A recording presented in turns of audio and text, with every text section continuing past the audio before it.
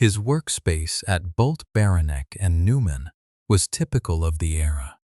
A desk in a room shared with other engineers, surrounded by the comfortable disorder of active technical work. Manuals stacked at angles, printouts folded and annotated in pencil, a terminal screen casting its pale green light across the surface of the desk in the dimness of a late afternoon. The building was quiet at the hours when Tomlinson did his most productive thinking. The other engineers had gone home or were working silently at their own terminals, each one enclosed in the particular private world that deep concentration creates.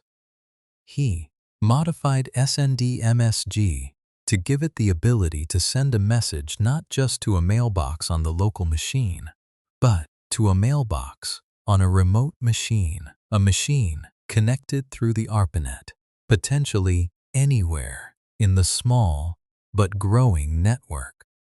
The modification required solving one practical problem immediately.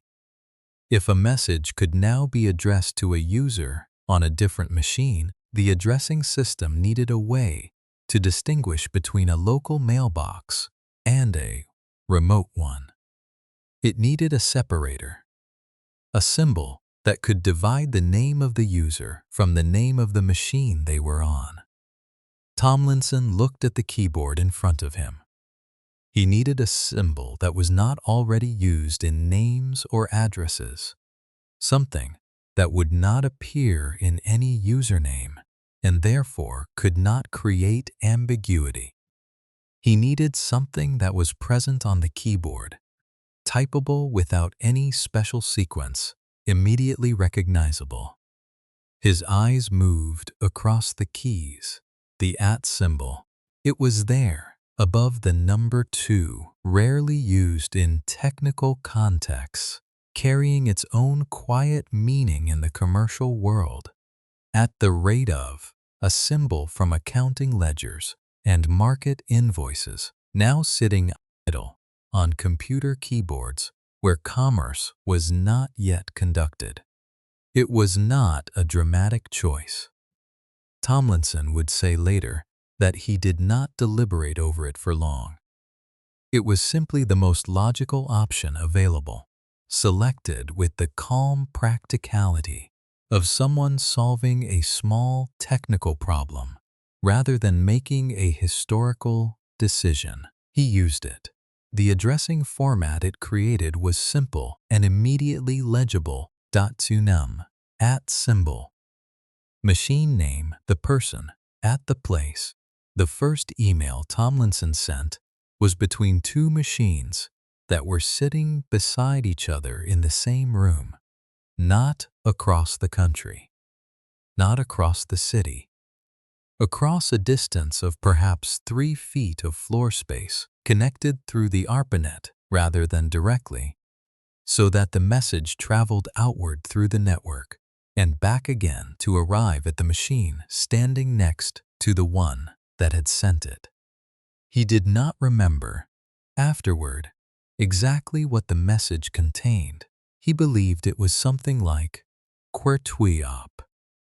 The top row of keys on the keyboard, typed in sequence simply to produce characters, a test message with no semantic content, meaningful only in what it demonstrated rather than what it said. It arrived. Tomlinson looked at the receiving terminal. The characters were there, sitting in the mailbox, having traveled through the network and back. He made a note. He showed the working system to a colleague. The following day, demonstrating the send and receive sequence with the same calm, explanatory manner he would have used to demonstrate any other technical feature. The colleague understood immediately what had been done. The network had just learned to carry letters. The spread of email through the ARPANET research community in the months and years that followed was not the result of any marketing effort or organized adoption campaign. It spread the way useful things spread among practical people.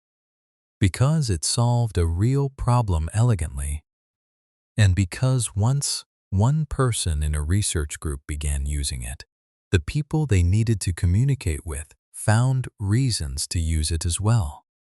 By 1973, studies of ARPANET traffic showed that email had become the single largest use of the network, larger than the file transfers and remote computing sessions that the network had originally been designed to support.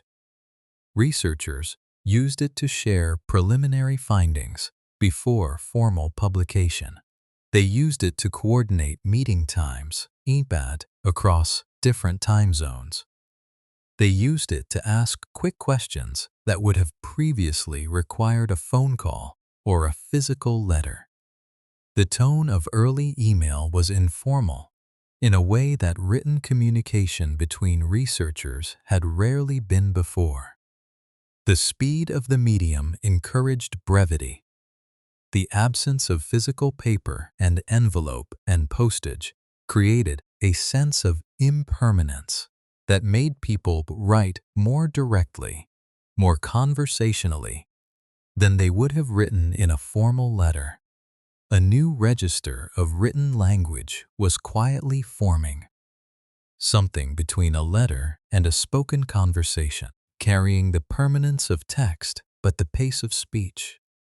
Somewhere in a university computer room, late at night, a researcher typed a message to a colleague 3 time zones away, a question about data, a reference to a paper, a note about a meeting being rescheduled. He pressed the send key. The message broke into packets, traveled through the network, reassembled itself in a mailbox, on a machine, in a different building, in a different city. It arrived in seconds.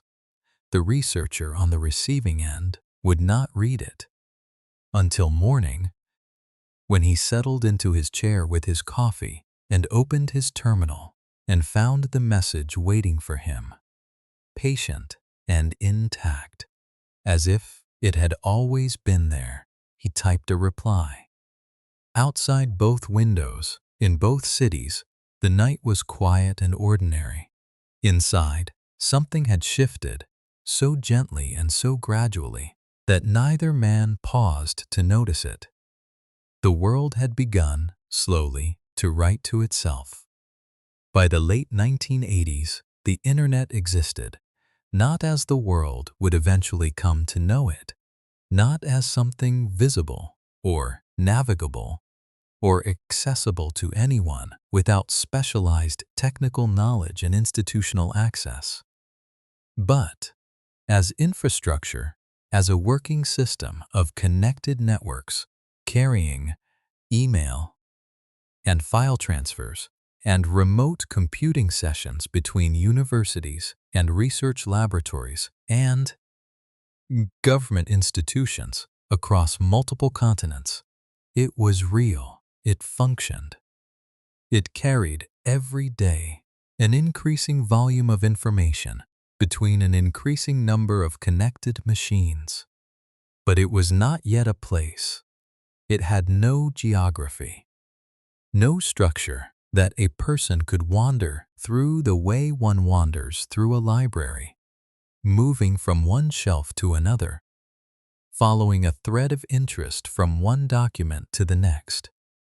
Information existed on it, distributed across thousands of machines, but finding that information required knowing precisely where it was, which machine held it, which directory it lived in, which set of technical commands would retrieve it.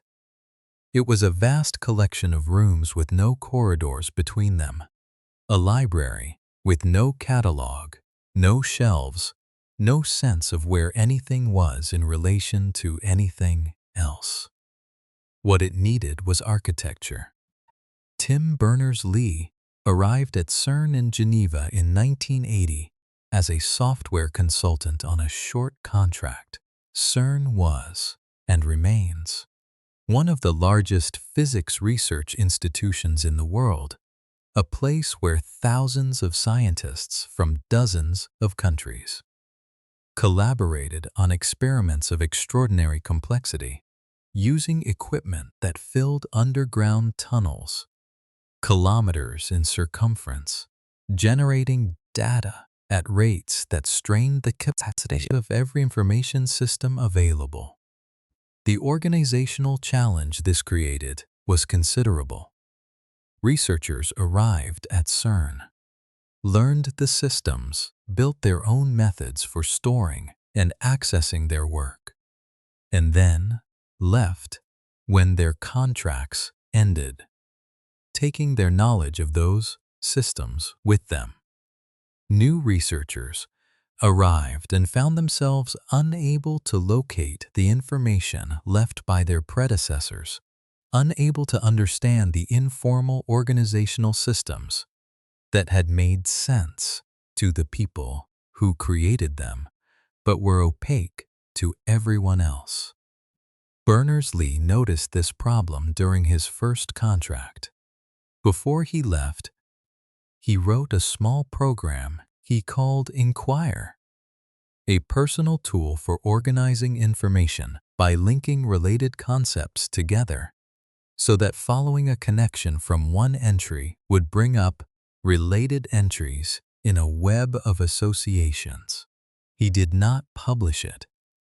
He did not propose it as a solution to CERN's organizational difficulties. He simply wrote it for himself, found it useful, and left a copy on the system when his contract ended. He returned to CERN in 1984 on a longer fellowship. The copy of Inquire he had left behind was gone.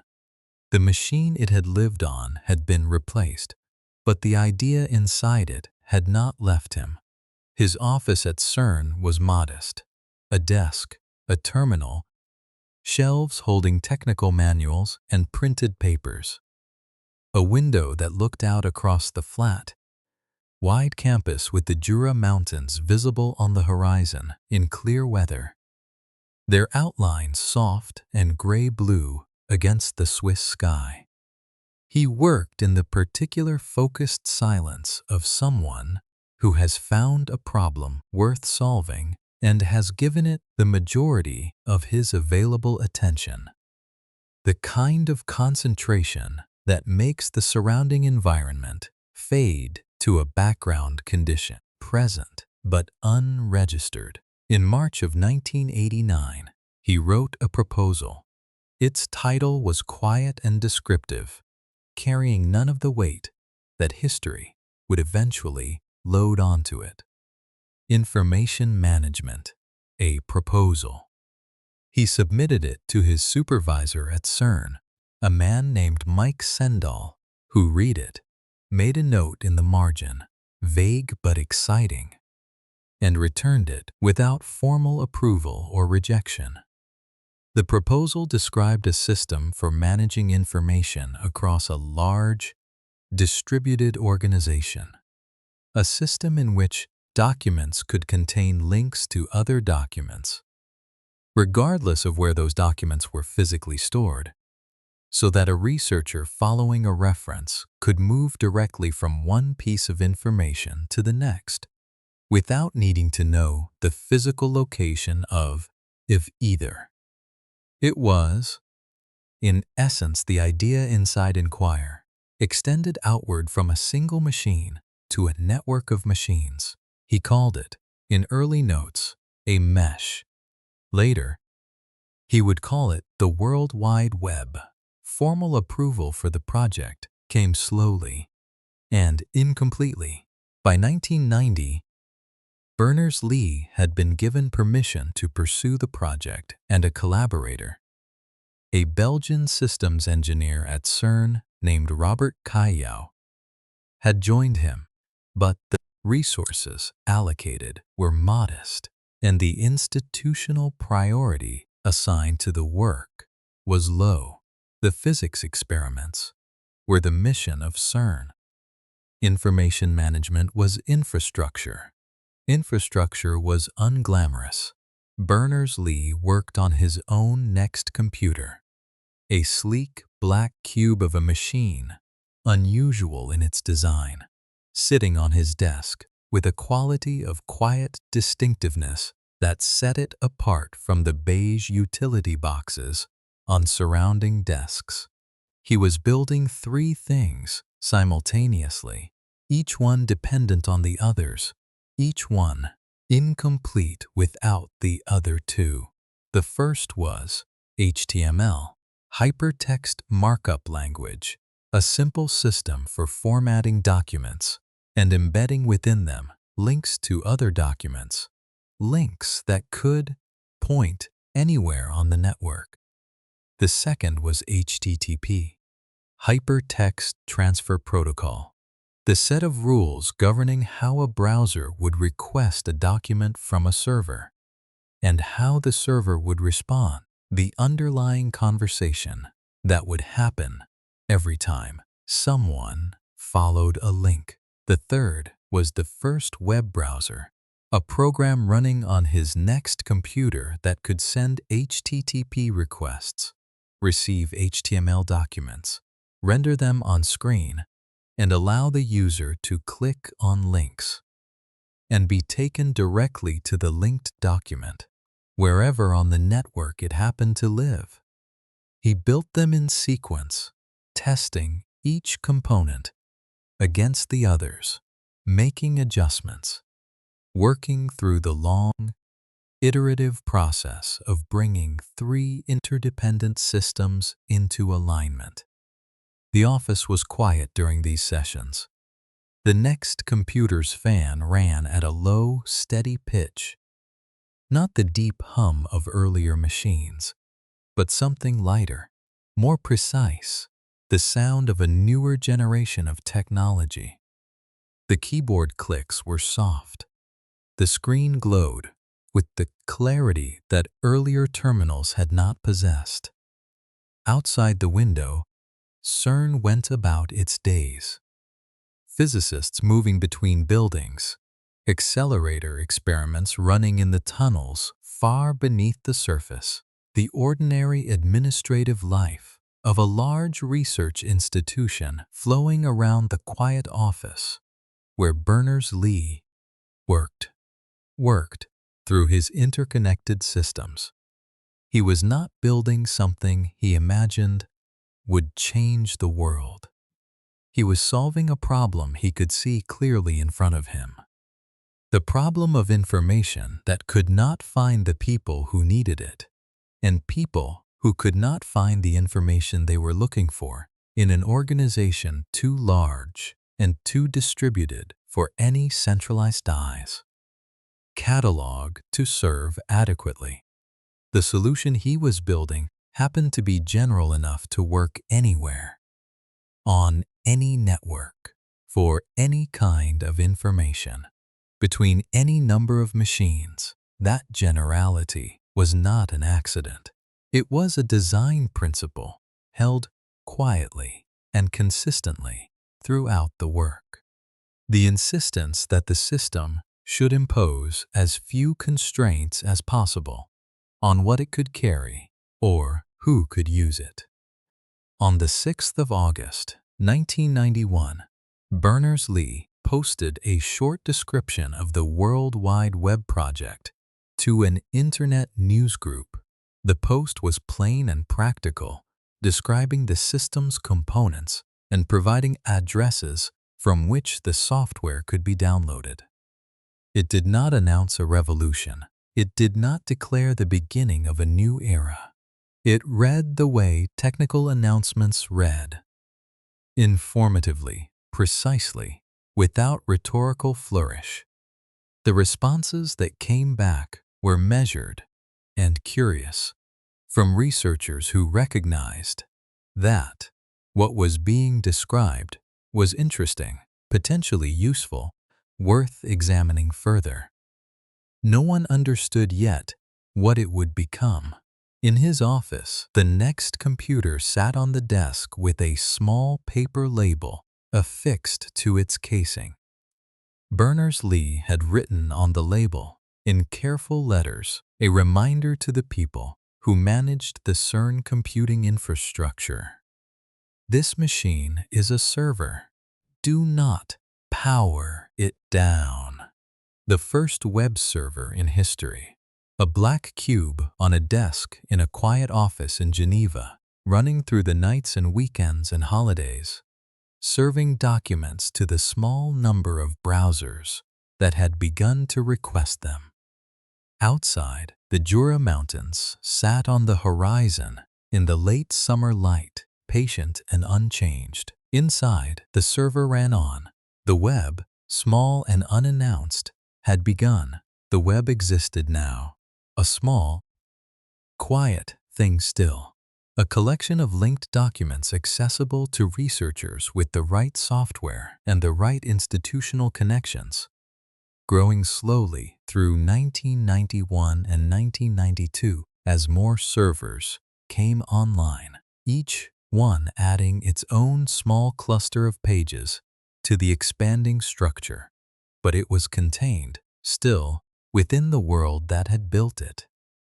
Universities, research laboratories, government institutions, places where people already understood networks, already had access to connected machines, already possessed the technical vocabulary needed to navigate what Berners-Lee had built.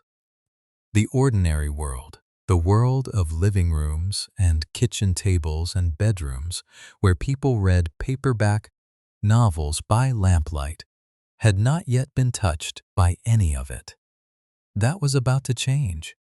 Slowly, imperfectly, with the particular awkwardness of a technology arriving into spaces it was not yet quite designed to inhabit. But permanently, in 1993, a young programmer named Mark Andreessen, working at the National Center for Supercomputing Applications at the University of Illinois, released a web browser called Mosaic. It was not the first web browser. Berners-Lee had built the first, running on his next computer at CERN. Others had followed, each one functional but demanding, requiring a level of technical comfort that limited their audience to people already at home. Home in computing environments. Mosaic was different in one significant way. It was simple. It displayed images alongside text on the same page, rather than opening images in separate windows. It ran on the kinds of computers that were beginning to appear in ordinary offices and, increasingly, in ordinary homes, machines running Windows, or the Macintosh operating system, machines that did not require their users to type commands into a terminal, but instead offered a visual interface of icons and menus that could be navigated with a mouse. Mosaic made the web something a person could look at rather than merely operate. Within a year of its release, the number of web servers in existence had grown from a few hundred to several thousand. The pages those servers held were rough and plain by later standards. Black text on gray backgrounds, images loading slowly in horizontal bands from top to bottom, hyperlinks appearing in blue underline that stood out from surrounding text like signposts on a road. But people followed those links. They moved from page to page with the particular, slightly surprised pleasure of discovering that the path from one place to another was shorter than expected, that the web had a kind of geography, after all, that it was possible to wander through it. The physical infrastructure that brought this wandering into private homes was the telephone line. The telephone, not a dedicated line, not a specially installed cable. The same copper wire that had been carrying voice calls since the era of Bell's transmitter and Watson's receiver. The wire that ran from every telephone socket, in every wall of every house, in every street of every town across the developed world. A device called a modem translated the digital signals of computer data into sounds that could travel through this voice-grade telephone infrastructure and translated incoming sounds back into digital signals at the receiving end. The sound it made in the process of establishing a connection became, through the 1990s, one of the most widely recognized sounds in the world. It began with the dial tone of an ordinary telephone call. Then the beeping of numbers being dialed. Then a harsh, rising screech as the two modems, the one in the home computer and the one at the internet service provider's facility, began the process of negotiating their connection, each one broadcasting its capabilities in a language of tones that overlapped and interfered and gradually resolved into a steady, shared protocol. The screech lasted perhaps 20 seconds. Then it settled into a lower, steadier hiss, almost white noise, punctuated by brief bursts of higher-pitched sound as data began to move. Then silence from the speaker, and a message on the screen, connected. The companies that provided access to this connection multiplied through the mid-1990s with the particular energy of an industry discovering, almost simultaneously, that it had found something the public wanted. Among them, one company achieved a cultural saturation that no other managed. America Online, AOL, made the decision to distribute its software not through computer stores or technical channels, but through the mail, on floppy disks, and later compact disks that arrived in envelopes and in magazine inserts, and eventually seemed to appear from nowhere, accumulating in kitchen drawers and on bookshelves and in the pockets of winter coats. The disks offered a number of free hours of access. The offer was simple enough that almost anyone could understand it. The software, when installed, created an environment that was contained and navigable, and offered email and chat rooms, and news headlines, and a curated selection of websites, accessible through a single, consistent interface. For many people in the mid-1990s, AOL was not a path to the Internet. It was the Internet. The entirety of what they understood the connected world to be. In the evenings, in houses across America and Britain, the modem sound became part of the domestic rhythm. Children finished homework and connected to chat rooms where they talked to strangers in other cities. Adults checked email accounts they had established weeks earlier and found, sometimes, that someone had written back. Parents attempted to understand what their children were doing and mostly did not quite manage it. The family telephone line, tied up by the modem connection, became a source of household negotiation that was new and specific to this particular moment. The teenager who needed to be online, and the parent waiting for a call, the single telephone socket serving two incompatible needs. The web pages of the mid-1990s were built by hand, each one typed in HTML, by someone who had learned the language from a printed book or a downloaded guide, or simply by viewing the source code of existing pages and working backward from what they saw. Personal pages appeared, individual people claiming small territories of the web, filling them with information about themselves, their interests, their collections, their opinions.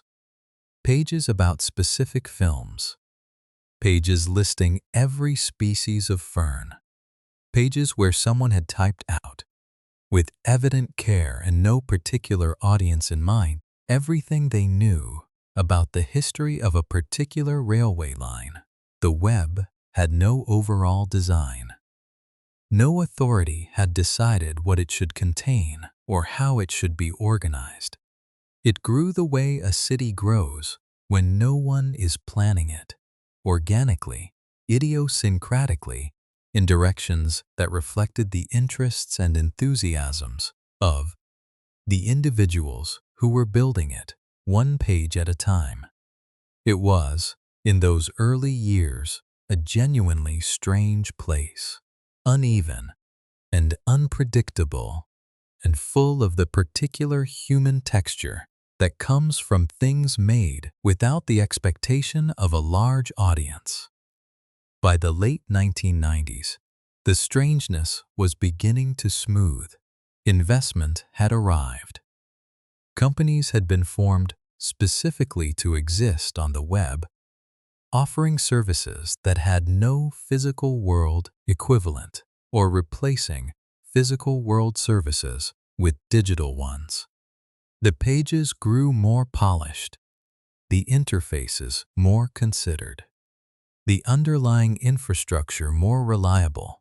The modem speeds that had seemed adequate in 1994 were revealed by 1998 to be painfully slow for the richer, more image-heavy web that had developed in the intervening years. Broadband connections began to appear, always-on connections, running through cable television infrastructure or through upgraded telephone lines, delivering data at speeds that made the dial-up modem sound and its 20-second negotiation ritual seem almost overnight, like an artifact of a different era. With broadband came a shift in the relationship between the internet and domestic life.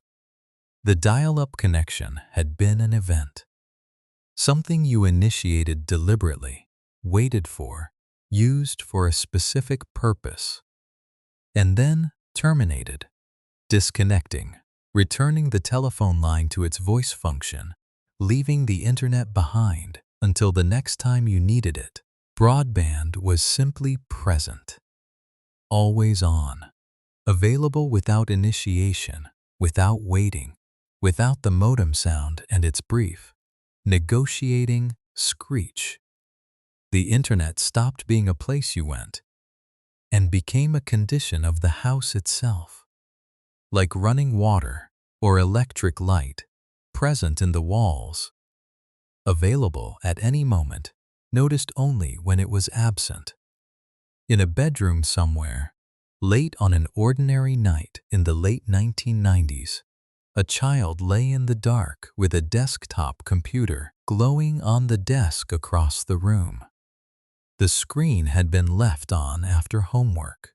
A web page sat open, its text too small to read from the bed, its images reduced to blocks of pale color in the dimness. The modem in the machine was connected.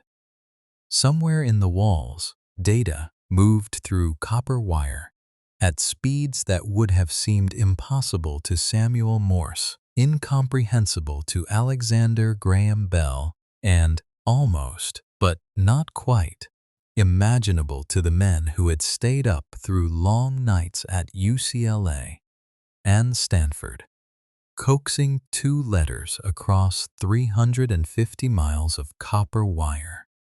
The child's breathing slowed. The screen across the room cast its pale, steady light across the ceiling. Outside, the street was quiet. The ordinary sounds of an ordinary neighborhood settled into their nighttime minimum. A car passing, then silence, then the distant sound of a dog, then silence again.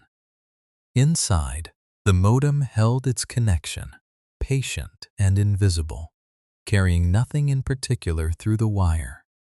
The web waited, as it always waited, without any awareness of waiting, page after page after page of it, stretching outward in every direction, holding everything anyone had thought to put there, humming quietly in the dark. The screen's glow faded at the edges, softening toward the walls. The room grew still. And somewhere in the vast, invisible infrastructure that wrapped the sleeping world, in the undersea cables, and the rooftop antennae, and the blinking lights of server rooms in buildings with no windows, the internet breathed on, slowly and without rest, through the long, quiet hours of the night. The series is complete. If this quiet journey through the history of the internet helped you rest tonight, a like or subscribe means the world. Sleep well. The night operators who staffed ENIAC through its overnight calculation runs developed their own quiet relationship with the machine. The building around them was largely empty in those hours, the administrative offices dark, the hallways still. Only the machine room itself maintained its constant noise and warmth, a lit and humming island in the sleeping university. An operator would sit at the console with a cup of coffee grown cold in its cup, making notes on a clipboard, watching the indicator lights on the panels.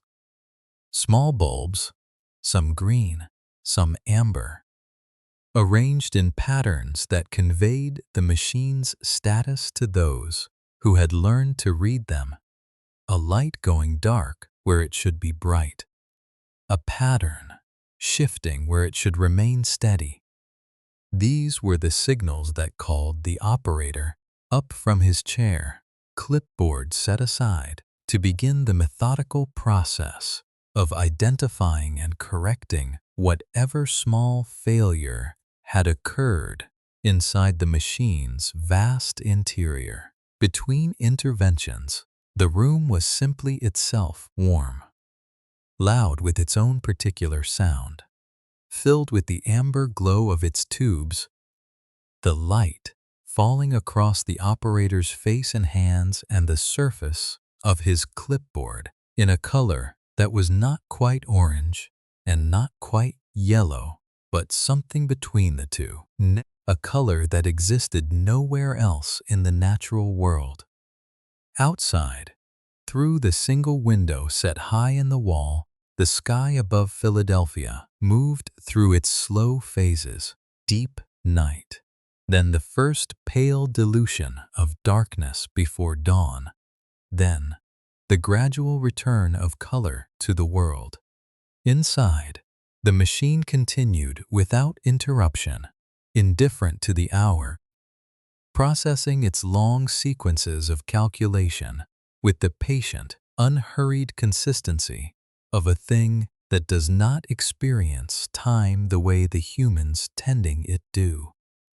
The tubes glowed on. The relays clicked in their dense, continuous chorus.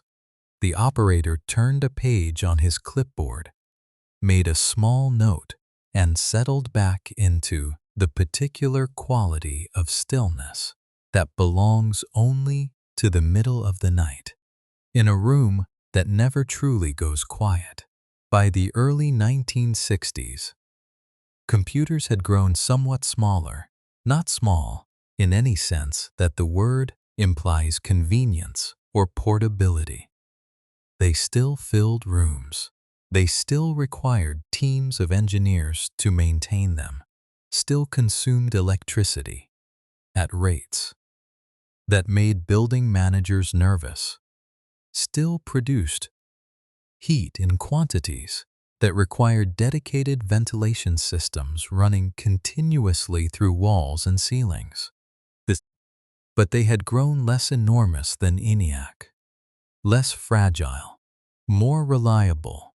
The vacuum tube, that delicate glass envelope with its glowing filament, was giving way to the transistor, a small, solid component made of semiconductor material, requiring no heated filament, producing far less heat, failing far less often, and occupying a fraction of the physical space that a vacuum tube required.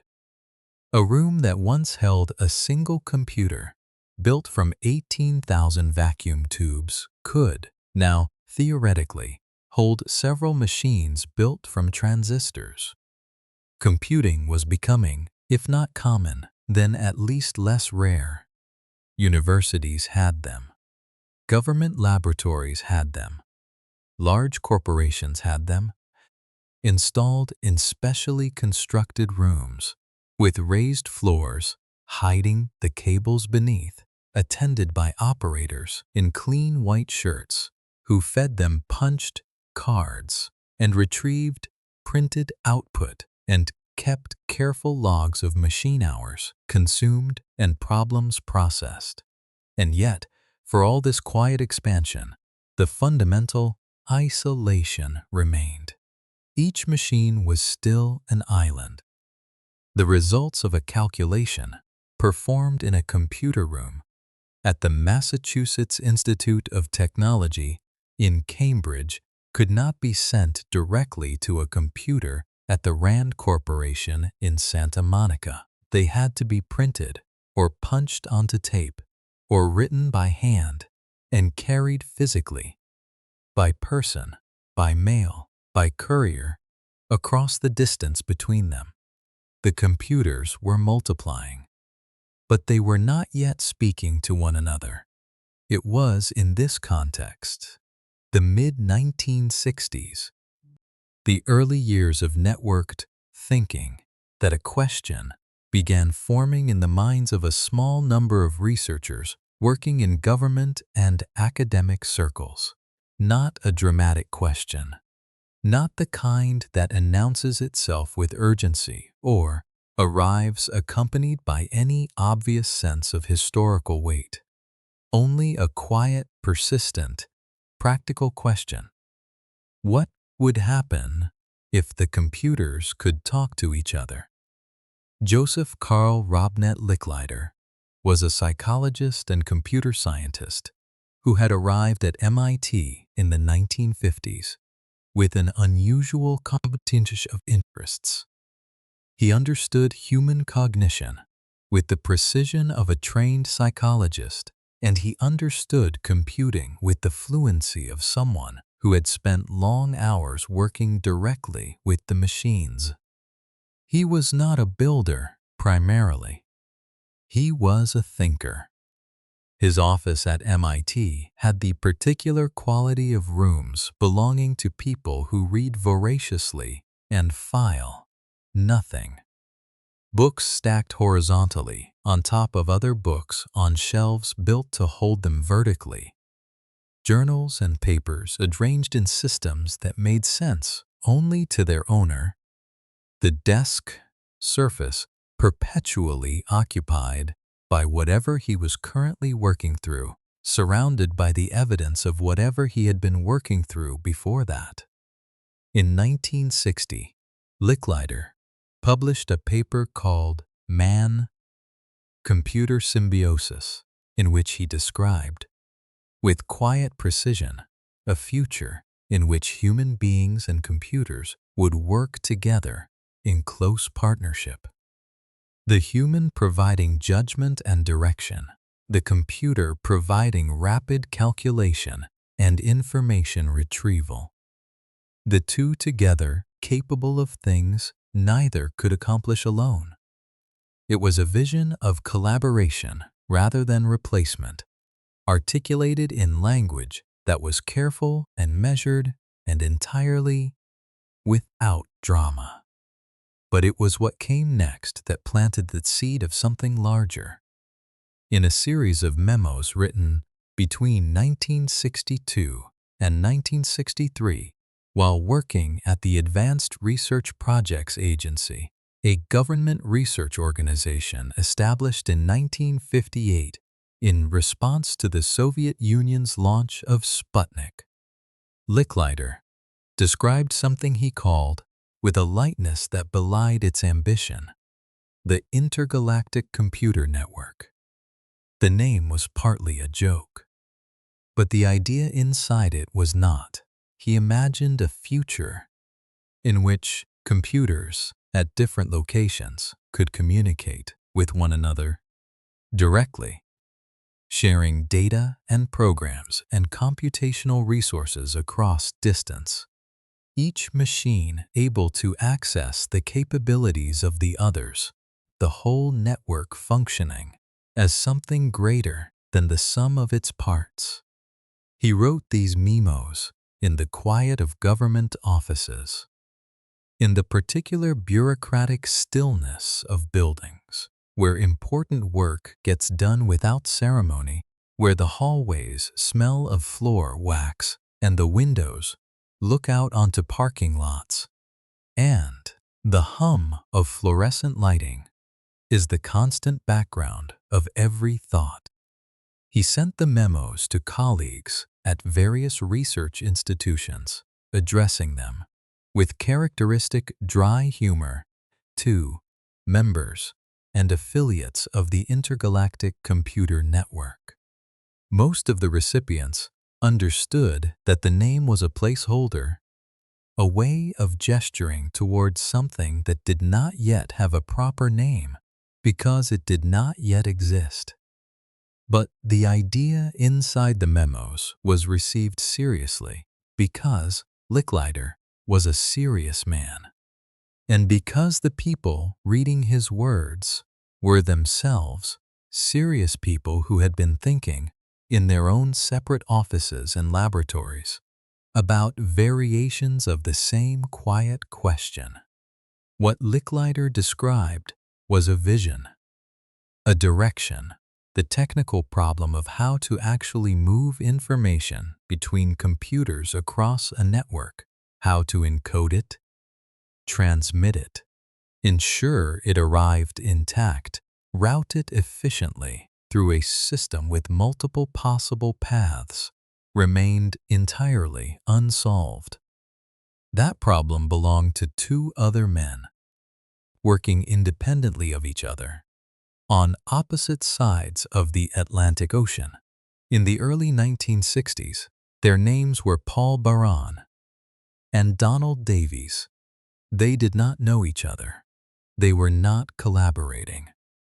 They arrived, through separate paths of thought, at solutions so similar in their essential structure that the question of priority, of who thought of it first, would occupy historians for decades afterward.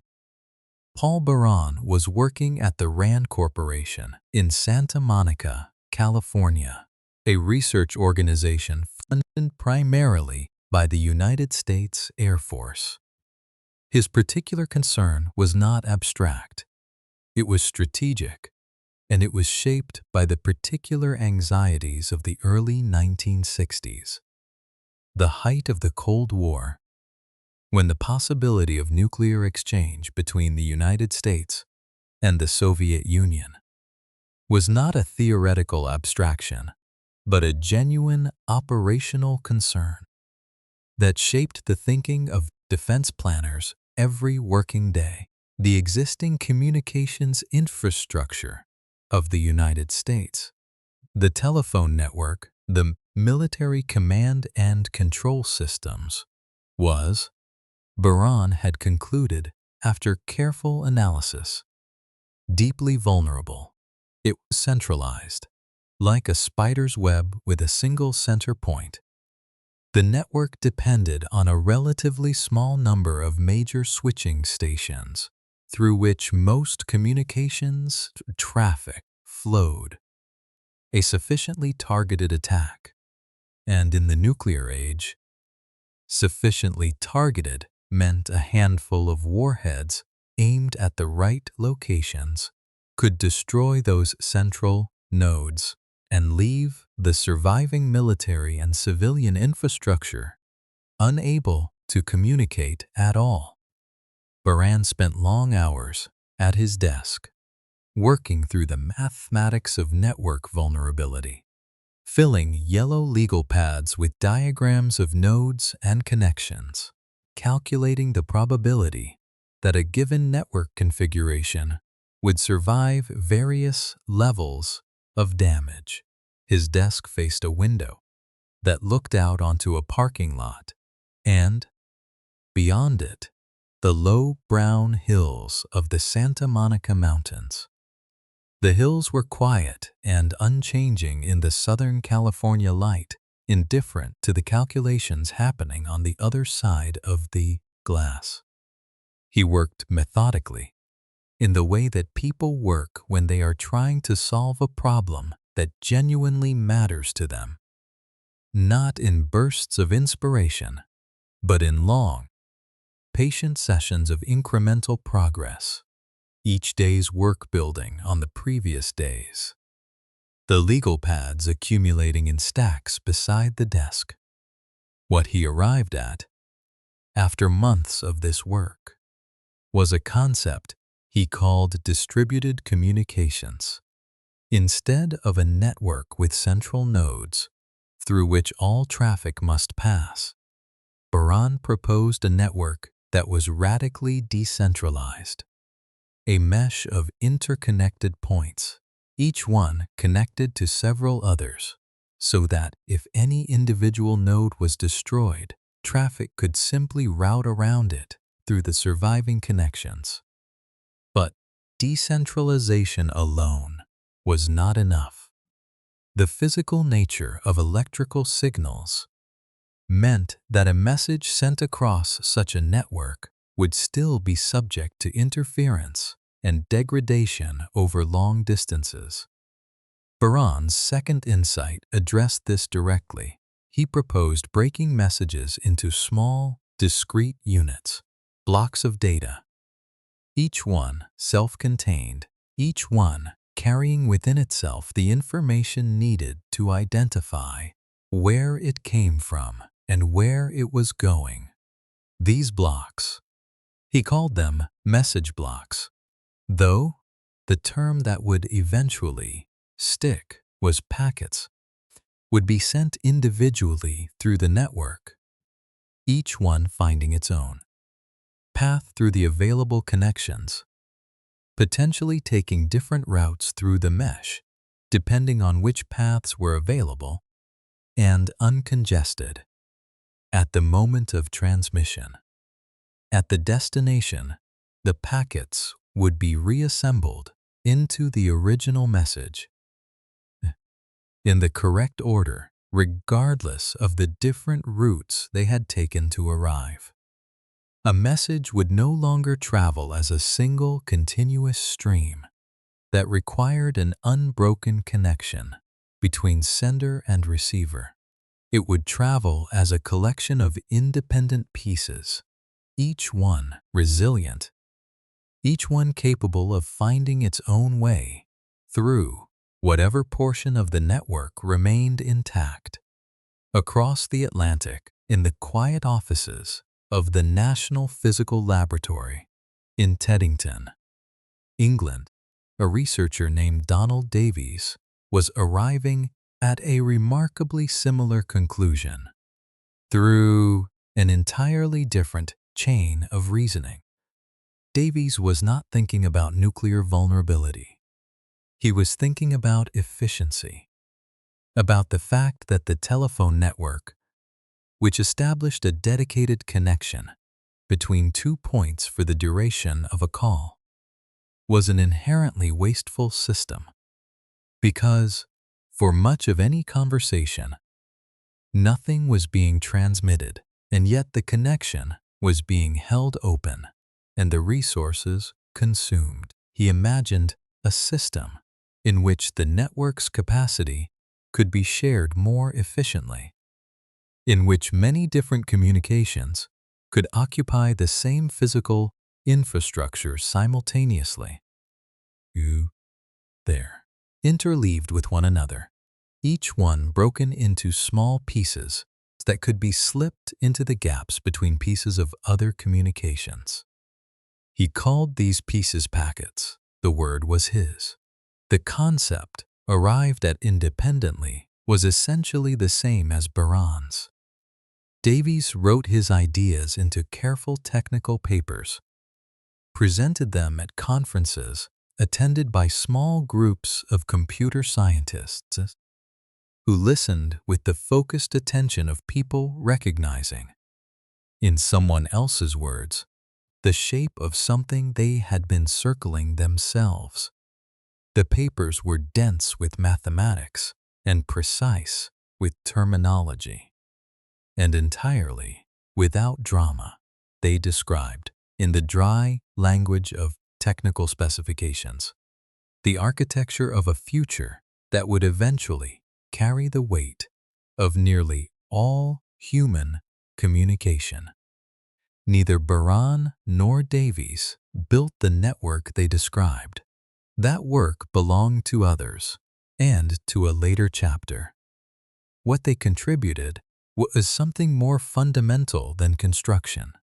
They contributed the idea itself, the clear, carefully reasoned argument that a decentralized, packet-switched network was not only possible but preferable to every alternative. Their papers and memos and technical reports sat in filing cabinets and on library shelves, accumulating the quiet authority of documents that have been read carefully by the right people at the right moment. The offices where this thinking happened, the world continued without awareness of it. Cars moved through the streets of Santa Monica. Rain fell on the hills above Teddington. The ordinary sounds of ordinary days filled the air around buildings where, in specific rooms, at specific desks, the theoretical foundation of the Internet was being laid down in pencil and ink, one carefully reasoned page at a time. The legal pads filled, the filing cabinets closed, and the idea waited, patient and complete, for the moment when someone would begin to build it. The theory had existed long enough.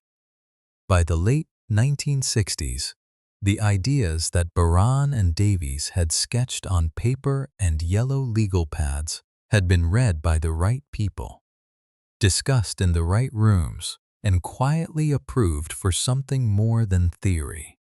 The Advanced Research Projects Agency, ARPA, had decided to build it.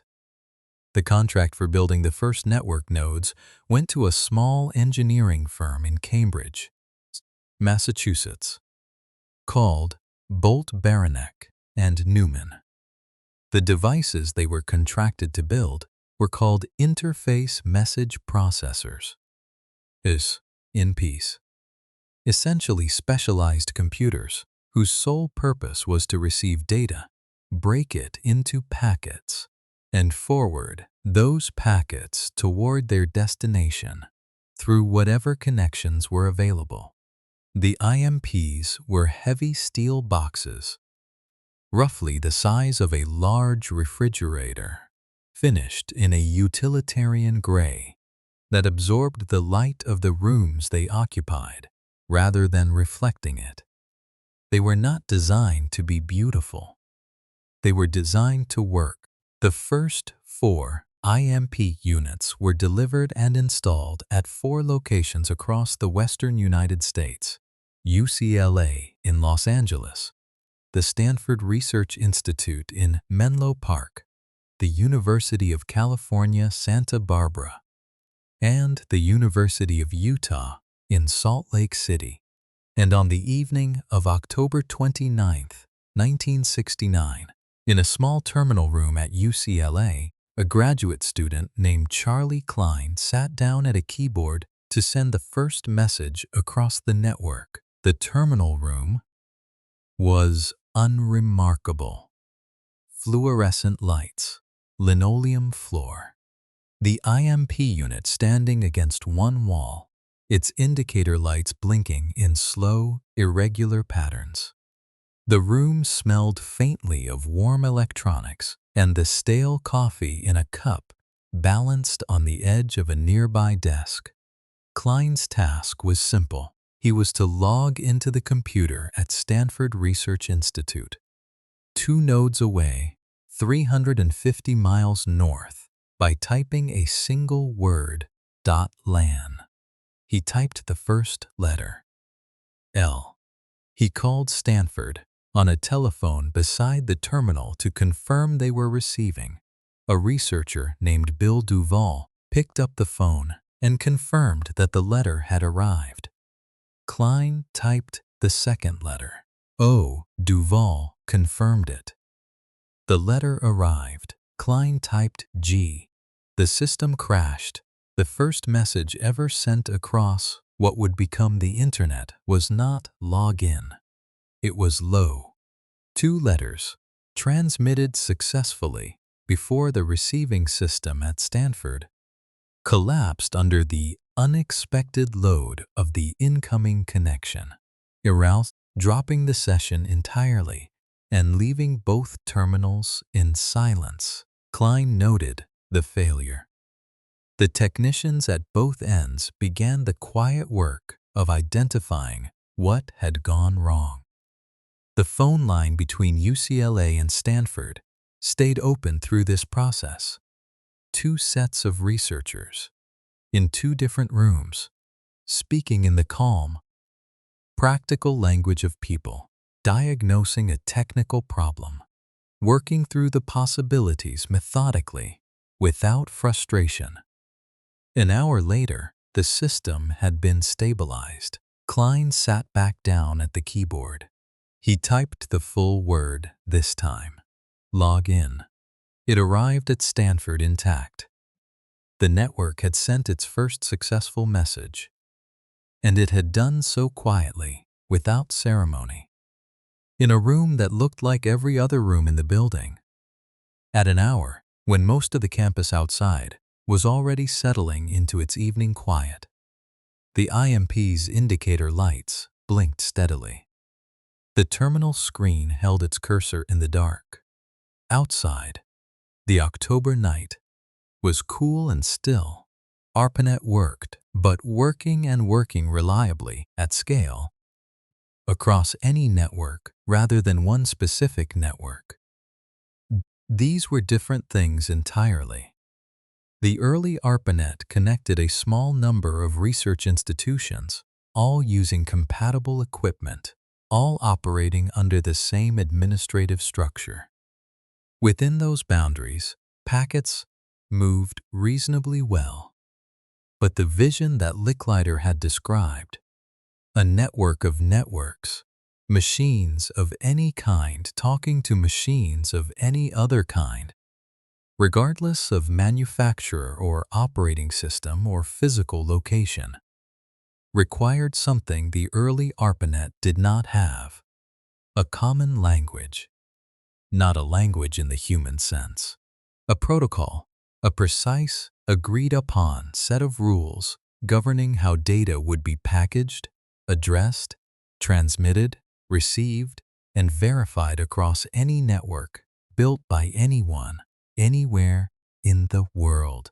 Without such a protocol, each separate network was still an island, connected internally, perhaps, but sealed off from every other network by the incompatibility of its own particular technical conventions. Vint Cerf was a young computer scientist who had worked on the early ARPANET at UCLA. By the early 1970s, he was at Stanford, thinking carefully about this problem. Robert Kahn was at ARPA, approaching the same problem from the engineering side, specifically from the challenge of connecting the ARPANET to new networks that were emerging, vying for satellite communication and ground-based radio. networks whose technical characteristics were fundamentally different from the original wired ARPANET. The two men began working together in 1973. Their collaboration happened in the particular way that productive collaborations happen, not in a single extended session, but in accumulated meetings and phone calls and exchanged drafts, each iteration refining the idea a little further, removing ambiguity, addressing edge cases, strengthening the underlying logic. Cerf had a habit of working through problems on paper before discussing them, filling pages with careful notation, the handwriting growing smaller and denser toward the bottom of each page, as the thinking compressed itself into increasingly precise form. Kahn brought the practical constraints, the specific technical realities of the different networks that the protocol would need to accommodate, the engineering boundaries within which any solution would have to operate. What they produced in 1974 was a paper titled A Protocol for Packet Network Intercommunication. It described, in precise technical language, a two-part system. The first part, the Transmission Control Protocol, TCP, governed how data would be broken into packets, how those packets would be numbered and tracked, and how the receiving end would confirm their arrival and request retransmission of any that were lost.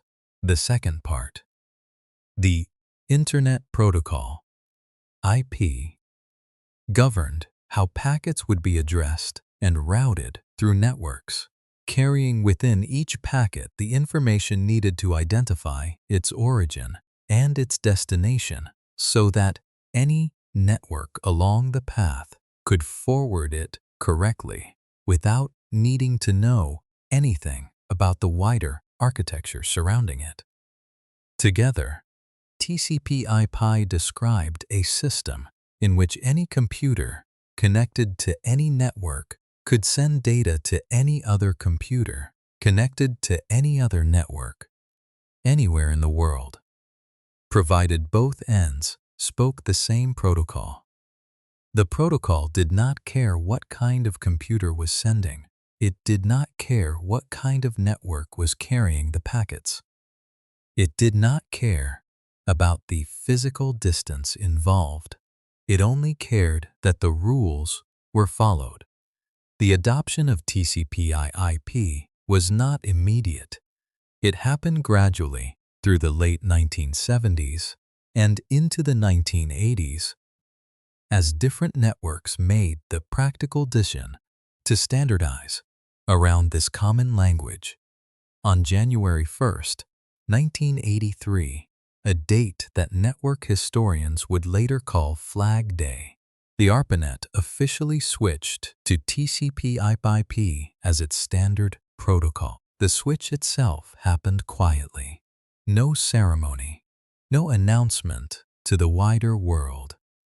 Only the technical staff at various network nodes making the necessary configuration changes, testing connections, confirming that packets were moving correctly under the new rules.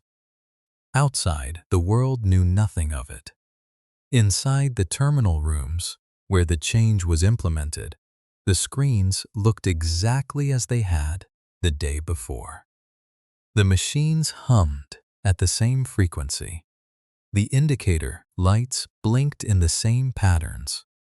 Only the invisible rules governing the movement of data through the wires had changed.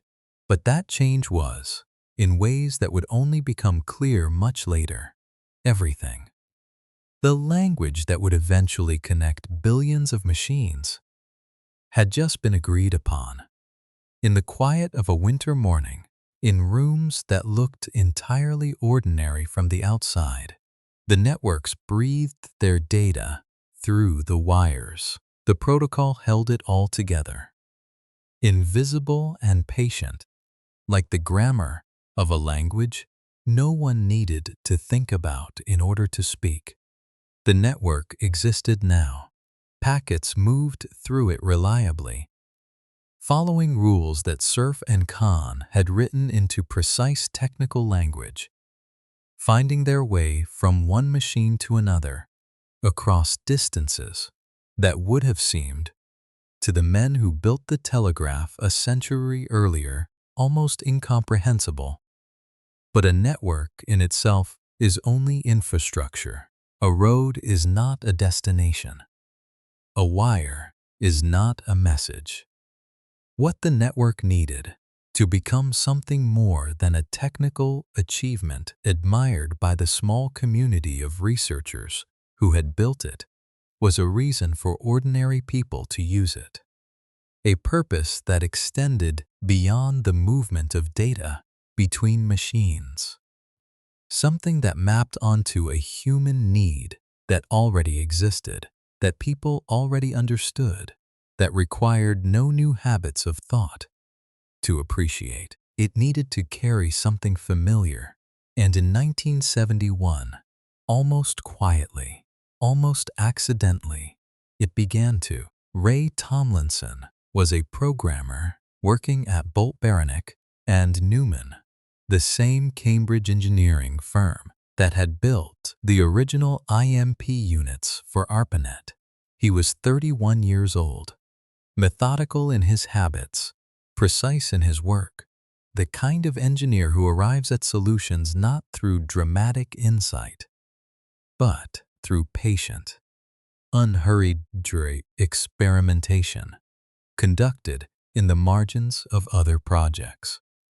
In the autumn of 1971, he was working on two separate programs. The first was called SND-MSG, a program that allowed users of the same computer to leave text messages for one another in individual mailboxes stored on the machine's memory. It was a local system entirely, contained within a single computer, useful for the researchers and operators who shared access to the same machine, but were rarely in the same room at the same time. The second was an experimental file transfer program called CPyNet, designed to move files between different computers on the ARPANET. Tomlinson looked at these two programs for a long time. Then he began to wonder, in the quiet, practical way of someone identifying an obvious next step, whether the two could be combined. By the early 1870s, Bell had settled in Boston, teaching at the School for the Deaf and conducting private experiments in a rented room that he used as a laboratory in the evenings. The room was spare and cold in winter, the single window facing a narrow alley between brick buildings.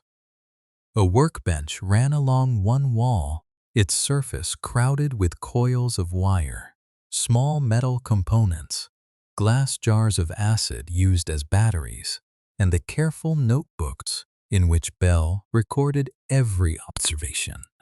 In his small, precise handwriting, he was trying to build what he called a harmonic telegraph, a device that could send multiple telegraph signals simultaneously along a single wire, each signal carried on a different frequency. The way different musical notes can exist simultaneously in the air without canceling each other out. But underneath that practical goal, a deeper question was forming. If different frequencies could travel along a wire simultaneously, could the full, complex range of frequencies that make up a human voice do the same? He was not alone in this work.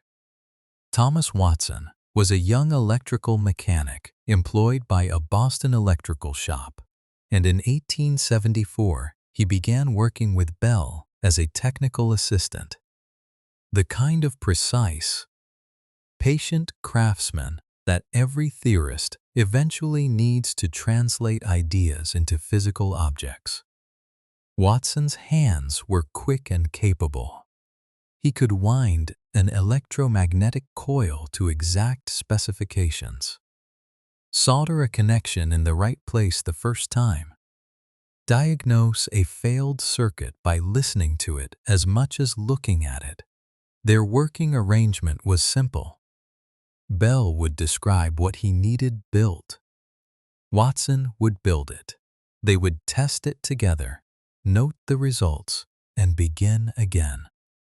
The laboratory in the evenings was quiet, except for the occasional hiss of a gas lamp and the soft sounds of Watson's work. The clink of small tools, the whisper of wire being drawn through careful fingers, the faint chemical smell of solder heating and cooling.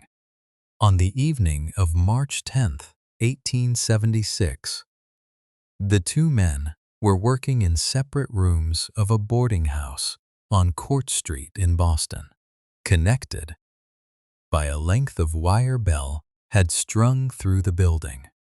Bell was in the upper room, Watson below. Bell had been working with a new transmitter design, a device in which a thin membrane, stretched taut like the skin of a drum, was positioned close to an electromagnet. When sound waves struck the membrane, it would vibrate, and those vibrations would cause fluctuations in the electrical current passing through the circuit. Fluctuations that, in theory, would mirror the precise pattern of the original sound. The acid battery sat on the bench beside him. A small dish, a wire, a transmitter assembled from parts that Watson had built to Bell's specifications over the preceding weeks. Bell leaned close to the transmitter. He spoke 3 words, quietly and clearly into the membrane. "Mr. Watson, come here. I want to see you." In the room below, Watson stood beside the receiver. A similar membrane stretched over a similar electromagnet, and heard, faintly but unmistakably, a human voice emerging from the wire. Not a code, not a pattern of clicks. A voice, Bell's voice, traveling through electrical current, arriving intact, recognizable, human. Watson did not wait. He ran up the stairs. There was no ceremony in what followed, no formal declaration, no crowd of observers. Only 2 men in a cold room, looking at each other across the workbench, understanding quietly what had just happened. Bell wrote in his laboratory notebook that same evening, the entry brief and factual, the handwriting steady. I then shouted into M the following sentence: "Mr. Watson, come here. I want to see you." To my delight, he came and declared that he had heard and understood what I said. To my delight. 2 words carrying the whole weight of years of patient work. The transmitter sat on the bench between them, entirely still now. A small and unremarkable object, a membrane, a wire, a magnet that had just done something no object had ever done before. The telephone that Bell demonstrated publicly in the months that followed was fragile and imperfect. The voice it transmitted was thin and sometimes difficult to understand. The range was short. The equipment required careful calibration, but the principle was proven. A human voice could be converted into electrical current, carried along a wire, and converted back into sound at the far end, arriving not as code to be deciphered, but as itself, with its own particular timbre and rhythm and weight. The gap between information and presence had narrowed. Quietly, in a cold room in Boston, on an ordinary evening in March, outside, The city moved through its usual rhythms, entirely unaware. A horse-drawn streetcar moved slowly along Court Street below the window. A lamplighter made his rounds. Somewhere nearby, a church bell counted the hour in slow, patient strokes. Inside, Watson set down the receiver carefully on the workbench. Bell closed his notebook.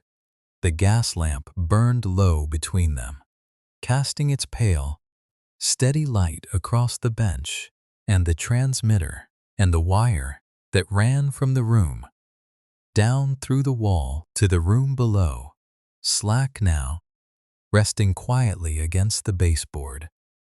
The city outside settled deeper into its evening quiet, and in the still air of that small room, something had changed, not loudly, not dramatically, but permanently, in the way that only true things change. The wire rested against the wall, the membrane was still, and the voice that had traveled through it was already gone, dissolved back into silence, leaving only the faint memory of sound in a room that had grown very quiet. The telephone had given the human voice to the wire, but the wire had a problem that no one had yet solved. Distance. A voice could travel through a copper wire, yes, but only so far. The electrical signal that carried it was not permanent. It did not maintain its strength indefinitely as it moved. It faded, the way a shout fades as it travels across an open field, losing energy with every foot of distance, growing thinner and quieter and less distinct, until somewhere along the line it became nothing more than a faint whisper of its original self, too weak to be understood, too corrupted by its own exhaustion to carry meaning anymore. A telephone call between two rooms worked beautifully. A telephone call between two buildings worked adequately.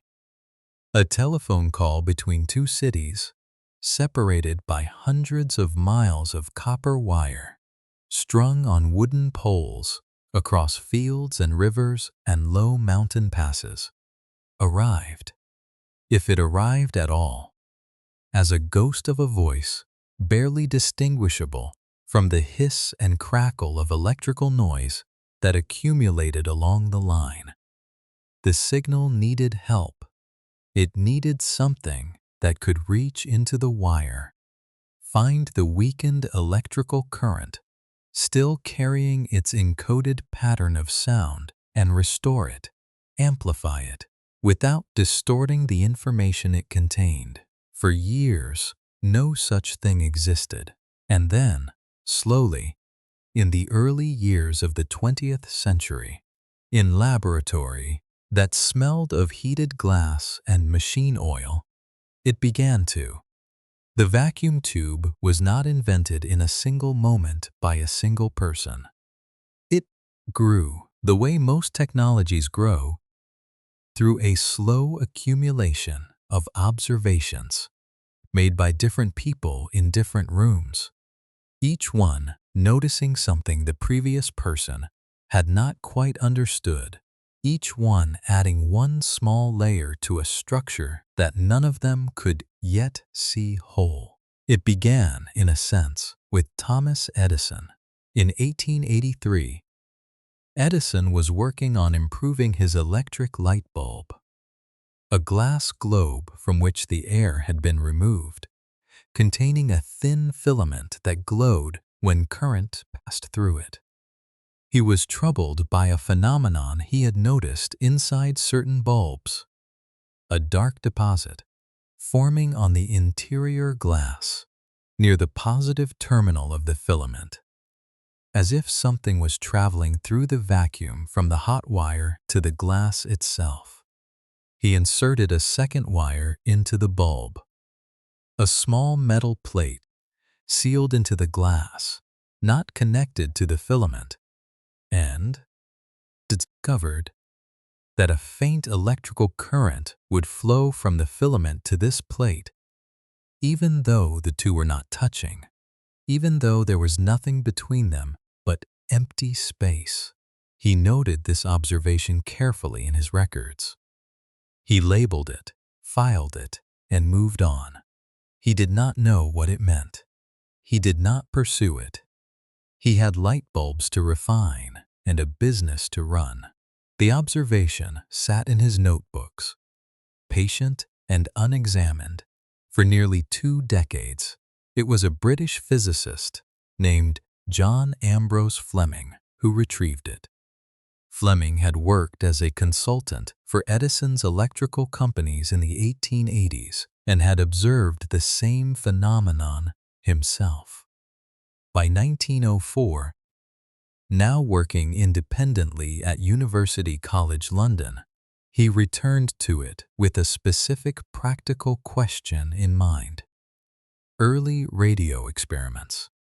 Another technology, quietly taking shape in these same years, produced signals that were alternating currents, oscillating rapidly back and forth. To be detected and used, these signals needed to be converted into a direct current flowing in only one direction. Fleming realized that the Edison effect, the flow of current through a vacuum from a hot filament to a cold metal plate, would allow current to flow in one direction only. The hot filament would emit electrons. The cold plate would collect them. But the reverse would not occur. It was, in electrical terms, a valve. He built a device enclosing both elements inside a single evacuated glass tube. The filament and the plate, sealed together in a small, fragile globe from which nearly all the air had been carefully removed. He called it the thermionic valve. Others would later call it the diode. When current heated the filament inside, the glass tube glowed faintly, a dim amber warmth visible through the glass, like a very small, very controlled version of Edison's light bulb. The tube was warm to the touch. It hummed almost imperceptibly with the quiet energy passing through it. And it worked.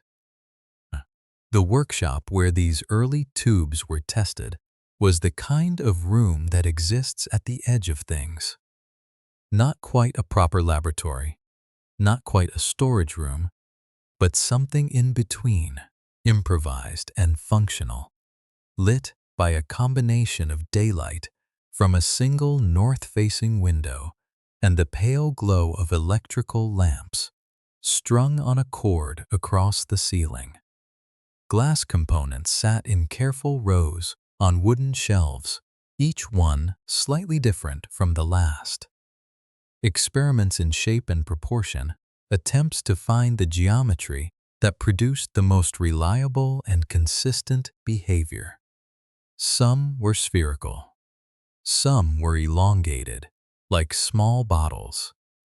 Some had additional elements sealed inside. Extra wires or metal plates, arranged at different distances from the filament. The process of evacuating the tubes, removing the air from inside the glass, was slow and careful work done with hand-pumped vacuum apparatus that had to be operated steadily, patiently, and patiently over long periods, the pump handle moving in a slow, rhythmic stroke again and again, drawing the air out in tiny increments while the glass held its shape against the growing difference in pressure between its interior and the room outside. Outside, if the glass had a flaw, a thinness in the wall, a small inclusion in the material, a hairline weakness invisible to the eye, it would fail under this pressure, sometimes silently. The vacuum simply lost, sometimes with a sharp, sudden crack that filled the quiet room with the smell of warm glass and sent small fragments skittering across the wooden workbench. Each failed tube was set aside. Each successful one was marked and catalogued and tested again. Its behavior recorded in careful handwriting, in notebooks that grew thicker with each passing week. It was an American inventor named Lee De Forest who took Fleming's two-element tube and added a third. De Forest was not a careful, methodical man in the way that Fleming was. He was restless and intuitive, prone to pursuing hunches, without always being able to explain his reasoning in precise technical terms. His laboratory in New York in the early 1900s was cluttered and energetic, a contrast to the quiet order of Fleming's workspace across the Atlantic. But in 1906, working with a tube of his own design, De Forest placed a third element between the filament and the plate. A small grid of fine wire, bent into a zigzag pattern, positioned so that the electrons flowing from filament to plate would have to pass through or around it. He discovered that a very small electrical signal applied to this grid could control the much larger flow of current between filament and plate. A tiny fluctuation in the grid's voltage produced a much larger fluctuation in the current reaching the plate. The device did not merely pass a signal.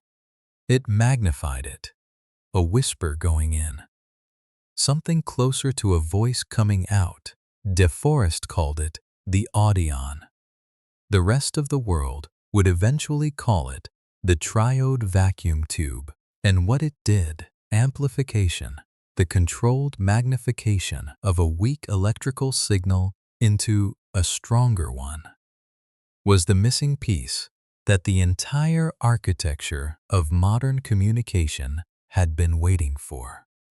The tubes that resulted from this work were small and fragile things, each one a sealed glass world containing its own tiny electrical drama.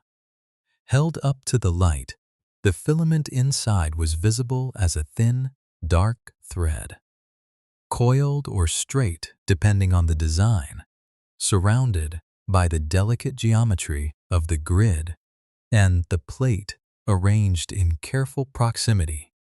When current was applied and the filament heated, the tube would begin to glow, not brightly, not dramatically, but with a soft, warm amber light that seemed to pulse very slightly as the electrical current found its rhythm. Rooms full of these tubes were rooms full of that gentle amber glow, the light falling across workbenches and notebooks and the faces of the men who tended them, a warm and slightly unreal illumination that existed nowhere else in the world. The tubes ran warm. The air around them carried the particular dry heat of electronics operating in an enclosed space, underlaid with the faint, sharp scent that always accompanied electrical current moving through components. Not quite burning, not quite metallic, but something between the two, a smell that would become, over the following decades, the defining sensory signature of the electronic age. These rooms, these quiet laboratories full of glowing glass and careful hands, were the true birthplace of everything that followed. Not the internet itself. Not yet, not for decades, but the principle that would make it possible, the ability to take a weak electrical signal and restore it, amplify it, send it onward with its information intact, was established here in these cold and amber-lit rooms by men who were solving a smaller problem. Without knowing they were laying the foundation for something vast, the tubes glowed on through long evenings and longer nights. The notebooks filled, page by patient page. And somewhere in the geometry of those small glass worlds, in the invisible flow of electrons through heated filaments and fine wire grids, the distant future of a connected world was quietly, incrementally, taking shape. The last tube in the row cooled slowly as the current was switched off. The amber light faded, element by element, until the room held only the dim glow of the single lamp above the workbench. Outside, the city moved through its ordinary evening. Inside, the glass tubes stood cooling in their rows, dark now, patient, holding their knowledge quietly in the still air. By the middle of the 20th century, the vacuum tube had quietly multiplied. What began as a single fragile globe of glass on a workbench in a small laboratory had become, by the 1940s, a technology reproduced by the thousands, by the tens of thousands, installed in rows inside steel cabinets that stretched the length of entire rooms and generated a heat so constant and so dry that the engineers who worked among them learned to carry small cloths in their coat pockets to wipe the perspiration from their hands before touching anything sensitive. The world had changed enormously in the decades since De Forest's Audion tube first amplified its quiet signal in a cluttered New York workshop. A Second World War had arrived, and with it had come a particular kind of pressure, the pressure of nations needing to calculate things faster than human minds could calculate them, ballistic trajectories, cryptographic patterns, logistical tables of extraordinary complexity involving numbers so large and calculations so numerous that rooms full of human mathematicians, working with mechanical adding machines, could spend weeks on problems that battlefield commanders needed answered in hours. The demand for faster calculation was, in the language of wartime, urgent, and from that urgency, the first true electronic computers were born. The room that housed ENIAC was not a room in any ordinary sense. It was a space inside the Morse School of Electrical Engineering at the University of Pennsylvania in Philadelphia that had been stripped of everything unnecessary and given over entirely to the machine. ENIAC stood for Electronic Numerical Integrator and Computer, a name that describes an bifunction with the flat, practical precision of wartime engineering. It was designed to calculate artillery firing tables, the complex mathematical relationships between a gun's angle, the weight of its shell, the temperature of the air, the speed of the wind, and the distance to the target, human computers. The term used at the time for people, usually women with mathematics degrees, whose job was to perform these calculations by hand, could spend the better part of a day producing a single firing table.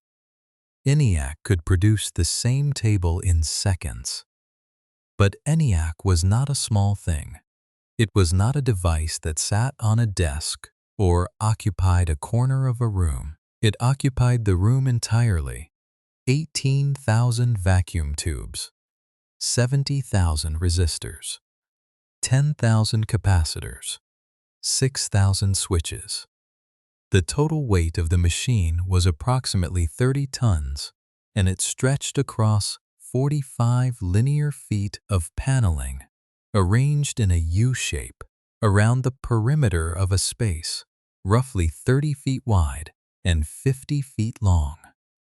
The room smelled of heat and metal and the particular dry electrical odor that large numbers of vacuum tubes produce when running at full capacity. a smell that clung to clothing and hair and skin that followed the engineers home on the evening streetcar and lingered until morning. The vacuum tubes were the machine's most critical and most fragile components. Each one was a small glass envelope containing a heated filament, and each one was subject to the same fundamental vulnerability that had plagued vacuum tubes since Fleming's first valve. They burned out. A single vacuum tube might last for weeks or months, or it might fail after hours of operation, its filament simply giving way under the accumulated stress of constant heating and cooling, the glass going dark, the circuit it maintained suddenly broken. In a machine containing 18,000 of them, failure was not an occasional inconvenience. It was a constant condition, a background rhythm of the machine's daily existence. The engineers assigned to maintain ENIAC developed a particular skill, the ability to identify, from the machine's behavior, which of its 18,000 tubes had failed. Sometimes the failure was obvious, a panel going dark, a section of the machine falling silent. Sometimes it was subtle, a calculation producing results that were slightly, consistently wrong in a way that pointed, after careful analysis, to a specific tube in a specific panel whose output had degraded without failing entirely. The replacement process was methodical and slow. An engineer would move along the panels with a small wooden tray holding replacement tubes, each one nestled in a piece of cut foam to protect its glass envelope during transport. He would stop at the panel in question, open the access door, a heavy metal door on hinges swinging outward on a spring, and lean into the warm interior, his face close to the rows of glowing tubes, reading the small identification numbers stenciled on each one, until found the failed component. The failed tube would be grasped carefully between thumb and forefinger and drawn straight out of its socket with a firm, even pull. It would make a soft sound as it released, a faint pop, almost nothing, barely audible over the constant background hum of the machine.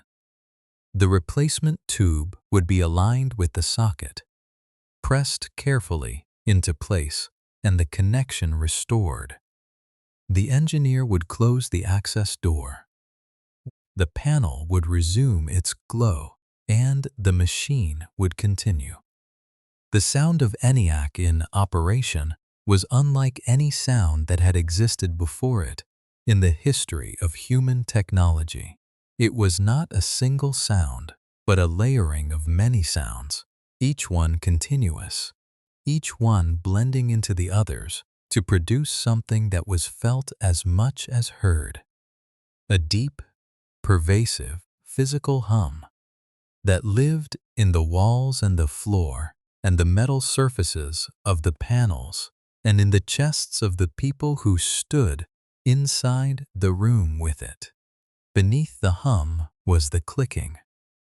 Thousands of relays and switches, opening and closing many times per second, each one producing a sound too small to hear individually, but collectively creating a rapid, dense clicking that was constant and without rhythm, a mechanical white noise that filled the spaces between the larger sounds.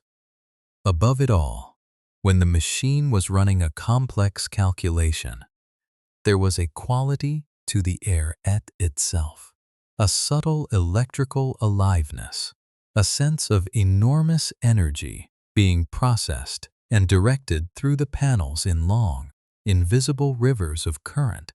The engineers who worked in this room every day grew accustomed to it. It became, for them, the sound of work, the background against which they thought and spoke and made their careful notes in their spiral-bound notebooks. But visitors, entering the room for the first time, would often simply stop inside the doorway and stand still for a moment, adjusting to the scale and the sound and the heat and the amber glow of 18,000 tubes filling the air with their dim, collective warmth. ENIAC was completed in 1945 and formally dedicated in February of 1946, after the war it had been designed to support had already ended.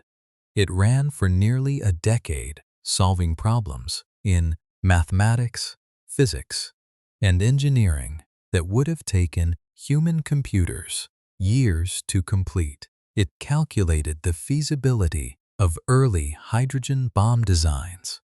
It produced weather prediction models. It processed census data. It was used for problems in fluid dynamics and nuclear physics, areas where the sheer volume of calculation required had previously made certain research simply impossible. But for all its power, ENIAC was isolated in the same fundamental way that every computing machine of its era was isolated. It spoke to no one. It received its problems on punched cards, fed into its input readers one at a time by human operators. It produced its answers on punched cards, or on a printer that moved with a slow, mechanical deliberateness, each character stamped onto paper with a solid, satisfying weight. The results then left the room in the hands of a person, carried down a hallway, placed in an envelope, delivered by hand, or by mail to whoever had commissioned the calculation. The machine could not send its results anywhere. It could not receive a problem from a distant location. It could not share its computational capacity with another machine in another building, another city, another country. Each computer, no matter how powerful, remained entirely alone, sealed inside its room, surrounded by its panels and its glowing tubes and its constant, encompassing hum, waiting, without any awareness of waiting, for a future in which machines might finally learn to speak to one another. If you are lying still right now, somewhere warm and dark, with the soft weight of blankets settled around you, let the world outside grow a little quieter. Let the glow of the screen dim behind your eyes. Tonight, we are going to travel backward together, slowly, the way memory travels, not in a rush, but in a drift, like smoke rising from a candle that has just been blown out. We are going to travel back to a world with no signal at all, no wireless, no wires, no electricity humming inside the walls, only the world as it was, wide and slow and very, very silent. If these quiet journeys through the history of human creation help you rest, consider leaving a like or subscribing. But for now, let the screens fade to black and let your breathing slow just a little as we begin. The year is somewhere in the early 1800s, and the world does not yet know what it is missing. There is no absence that can be named because no one has yet imagined what would one day fill it. The silence is not felt as silence. It is simply the shape of life.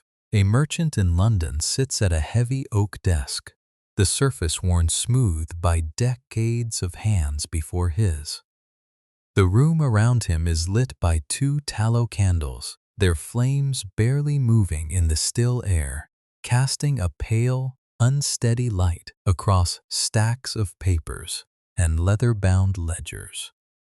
Outside his window, The city is settling into its evening rhythm. Carriage wheels clatter across wet cobblestones, the sound echoing between tall brick buildings. Before fading into the cold, a lamplighter moves slowly down the street below, his long pole touching each gas lamp in turn, a small orange flame blooming softly in the dark. One after another, like slow punctuation, the merchant is waiting for a letter. He has been waiting for 11 days. The letter was sent from a business partner in Hamburg, carried first by a courier on horseback to the coast, then loaded onto a packet ship crossing the North Sea, then transferred again to another rider on the English side who would carry it through the muddy roads south toward London if the weather was kind. If the roads held. If the ship did not run into difficulty. 11 days, and still nothing. He dips his pen, writes 3 careful lines in return to a different correspondent, blots the ink with quiet patience, folds the paper once, twice, seals it with wax pressed firm with his brass stamp, and sets it aside for the morning post. This is how the world communicates. Slowly, physically, one sheet of paper at a time, carried by human hands across human distances. A few streets away, inside a narrow house with low ceilings and cold floors, a woman sits beside a fireplace that has burned down to its final embers. She holds a letter in both hands, reading it for the 3rd time, the paper soft from handling. The letter is from her brother, who left for India 8 months ago aboard a merchant vessel. He wrote this letter 4 months before she received it. By the time his words reached her hands, an entire season had passed. The brother who wrote these sentences existed in a version of time she could no longer quite reach, a past that felt both close and impossibly far. She does not know if he is well tonight. She does not know if he arrived safely at his destination. She will not know for another 3 months, at the earliest, when his next letter might find its way back to her. The fire crackles, once, softly, and then goes still. She folds the letter, places it carefully inside a wooden box where she keeps all of his letters, tied together with a narrow piece of ribbon. The box closes with a quiet, wooden click. This is what distance means in this era. Not kilometers, not miles, but months of silence, broken only by the slow arrival of paper. In the countryside beyond the city, the roads at night are almost completely dark. A mail coach moves along a rutted track between 2 market towns, the horses breathing in long, visible clouds of steam in the cold air, their hooves striking the packed earth in a steady, rhythmic pattern. The coachman sits high on his seat, wrapped in a thick wool coat, his hat pulled low against the wind. Inside the coach, a leather satchel sits secured against the inner wall, containing perhaps 40 letters, bound for the next town's receiving office. Some are business documents. Some are personal. One is a notice of death, written in a careful, formal hand, traveling toward a family that does not yet know what it contains. The coach rocks gently from side to side, the leather suspension creaking with each rut in the road. The horses move steadily, without hurry, because there is no hurry possible. Every message in that satchel will arrive when it arrives. The world waits, because the world has always waited, because there has never been anything else to do. Across the Atlantic, the slowness is even more absolute.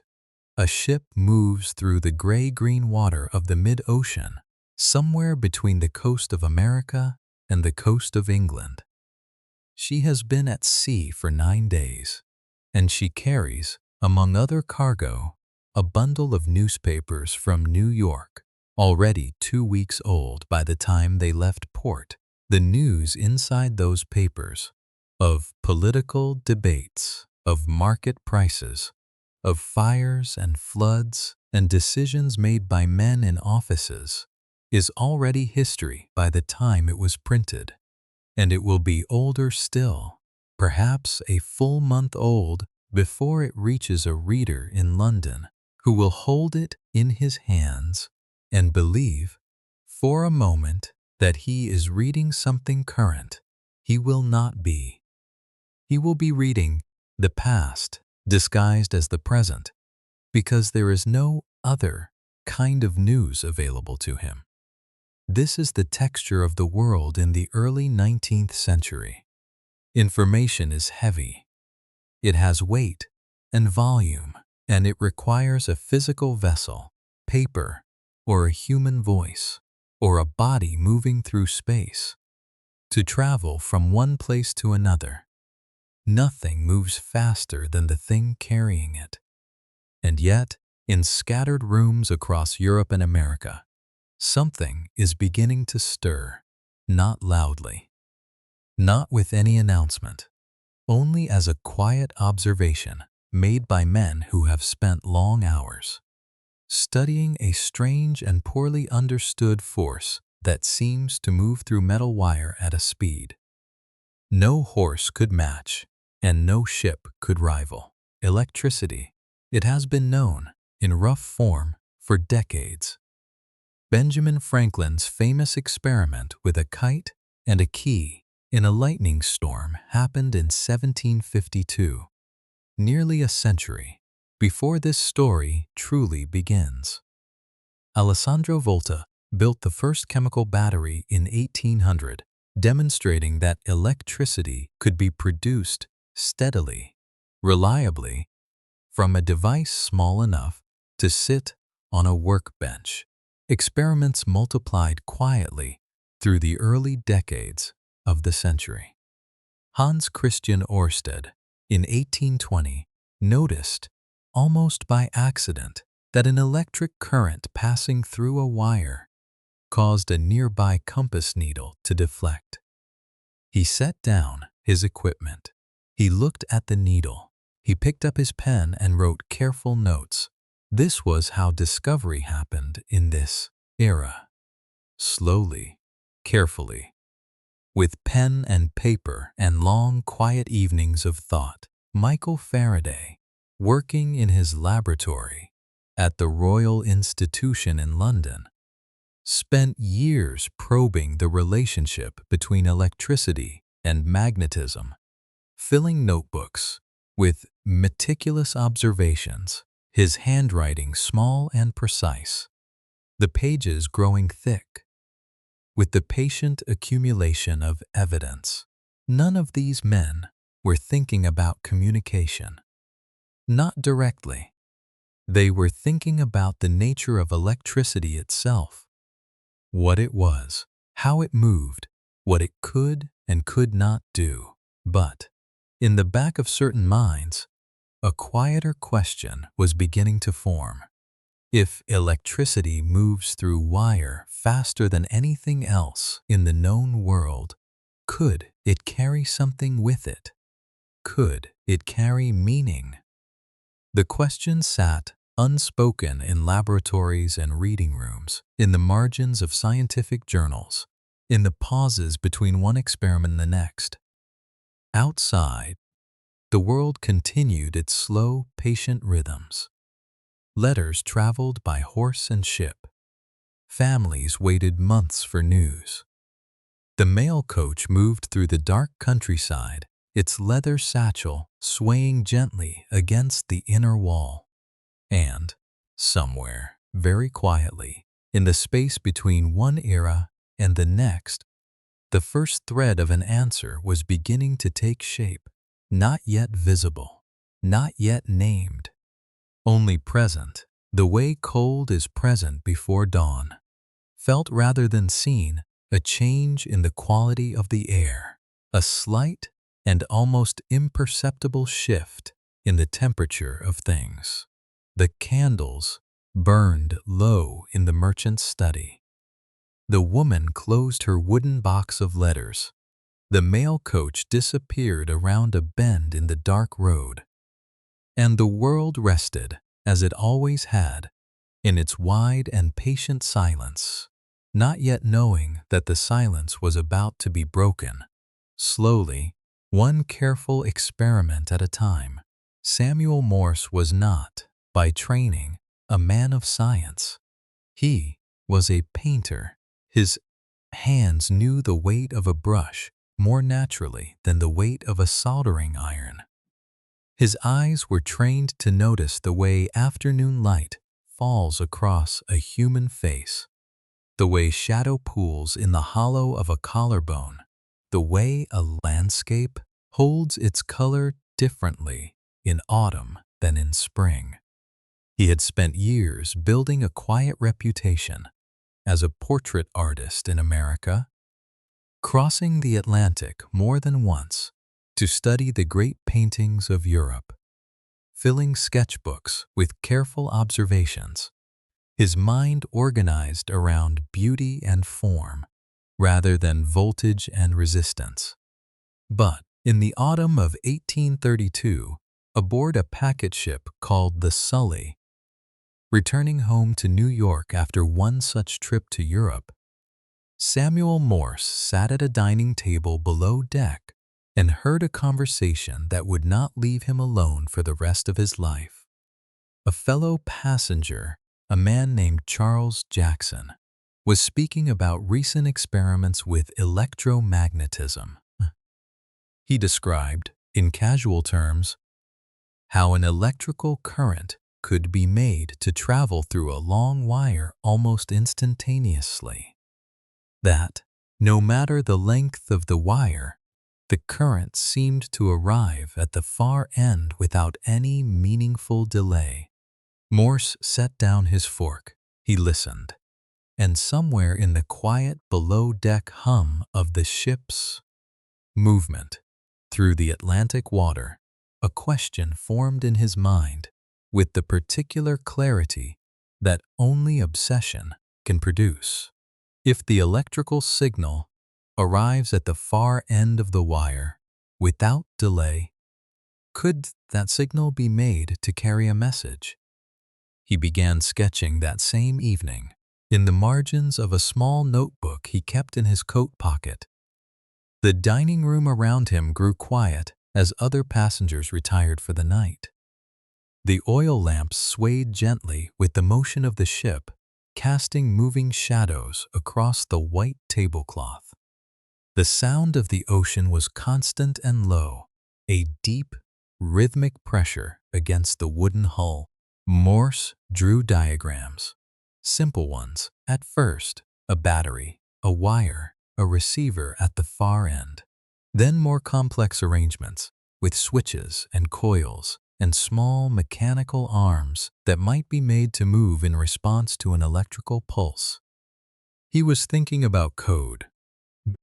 If a pulse of electricity could be made to click a small mechanism at the far end of a wire, and if those clicks could be arranged into patterns, short and long, present and absent, then perhaps patterns could represent letters, and letters could spell words, and words could carry meaning across any distance the wire could reach.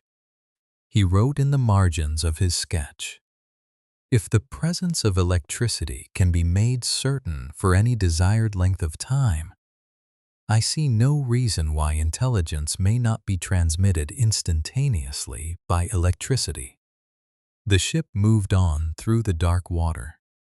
Morse kept writing.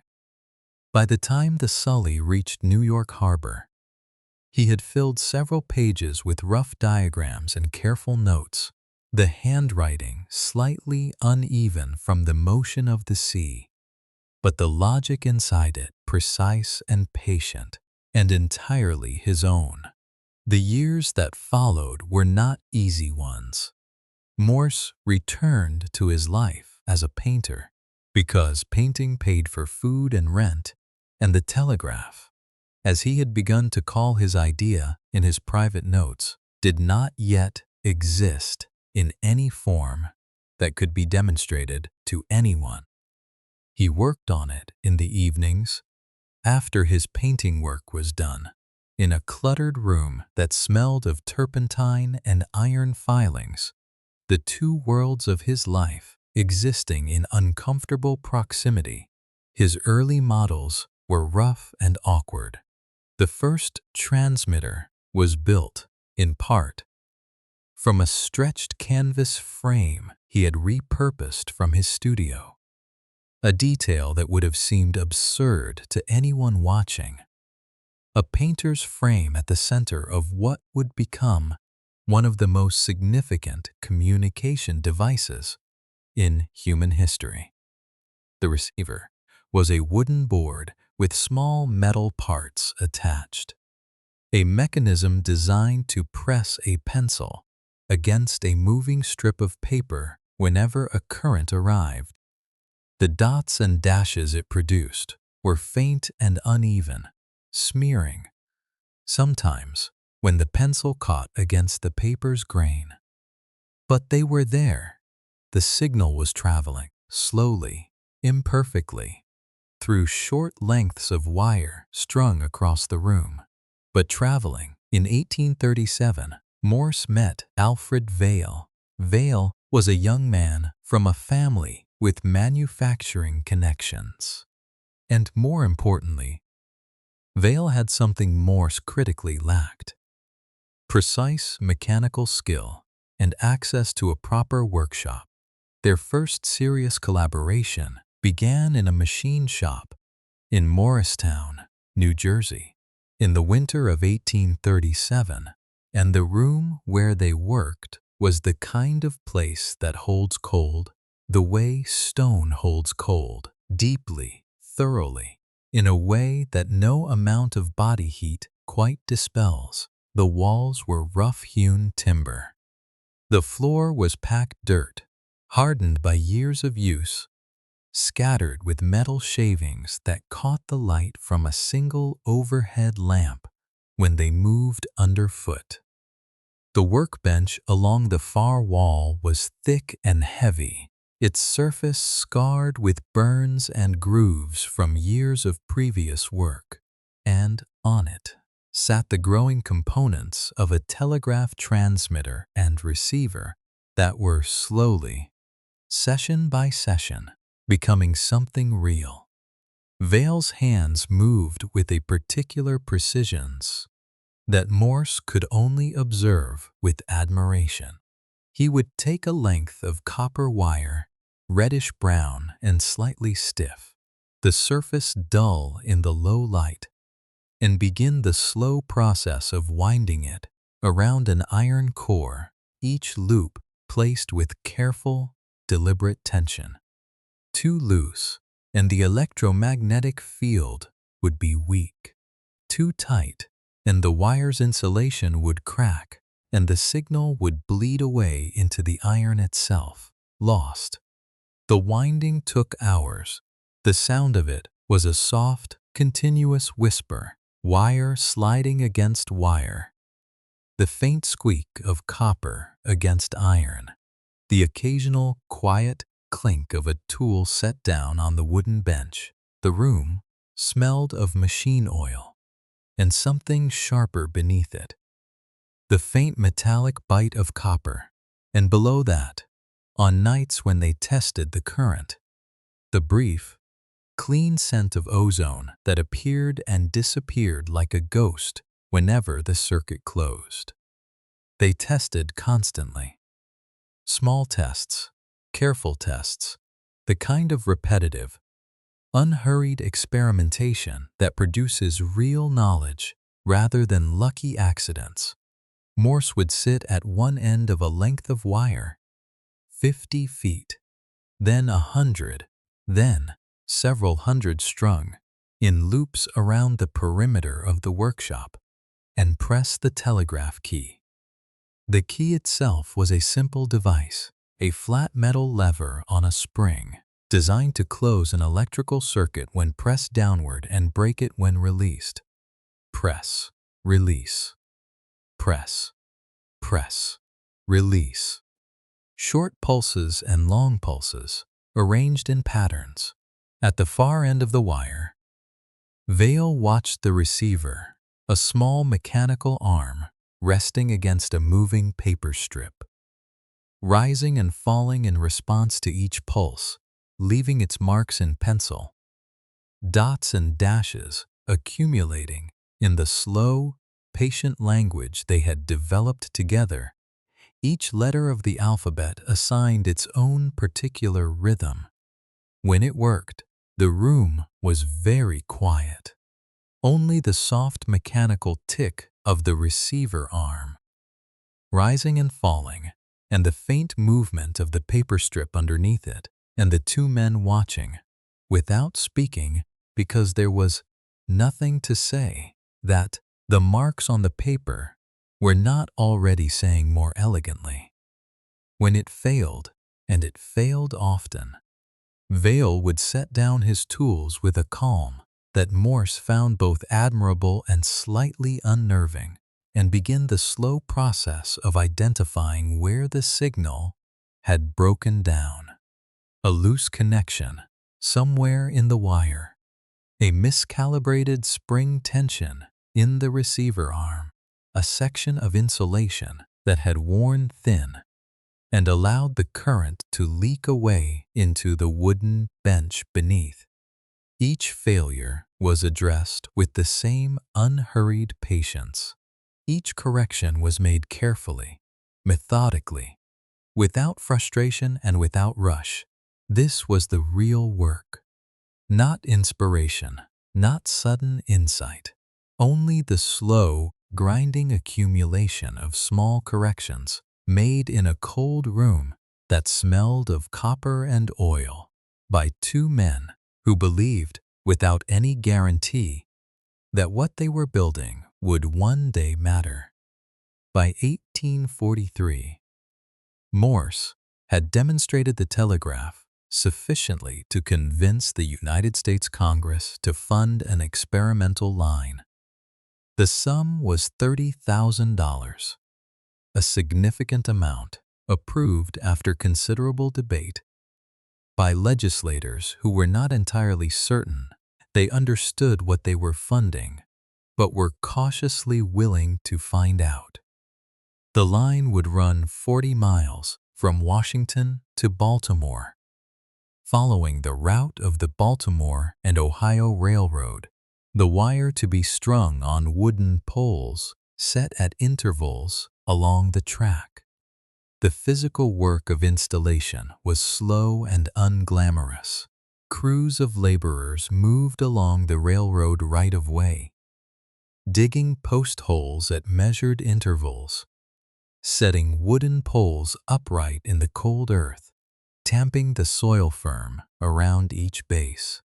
The wire was spooled out from heavy wooden reels mounted on wagons that moved slowly along the track, unspooling as they went, the copper line hanging in long, gentle curves between each pole.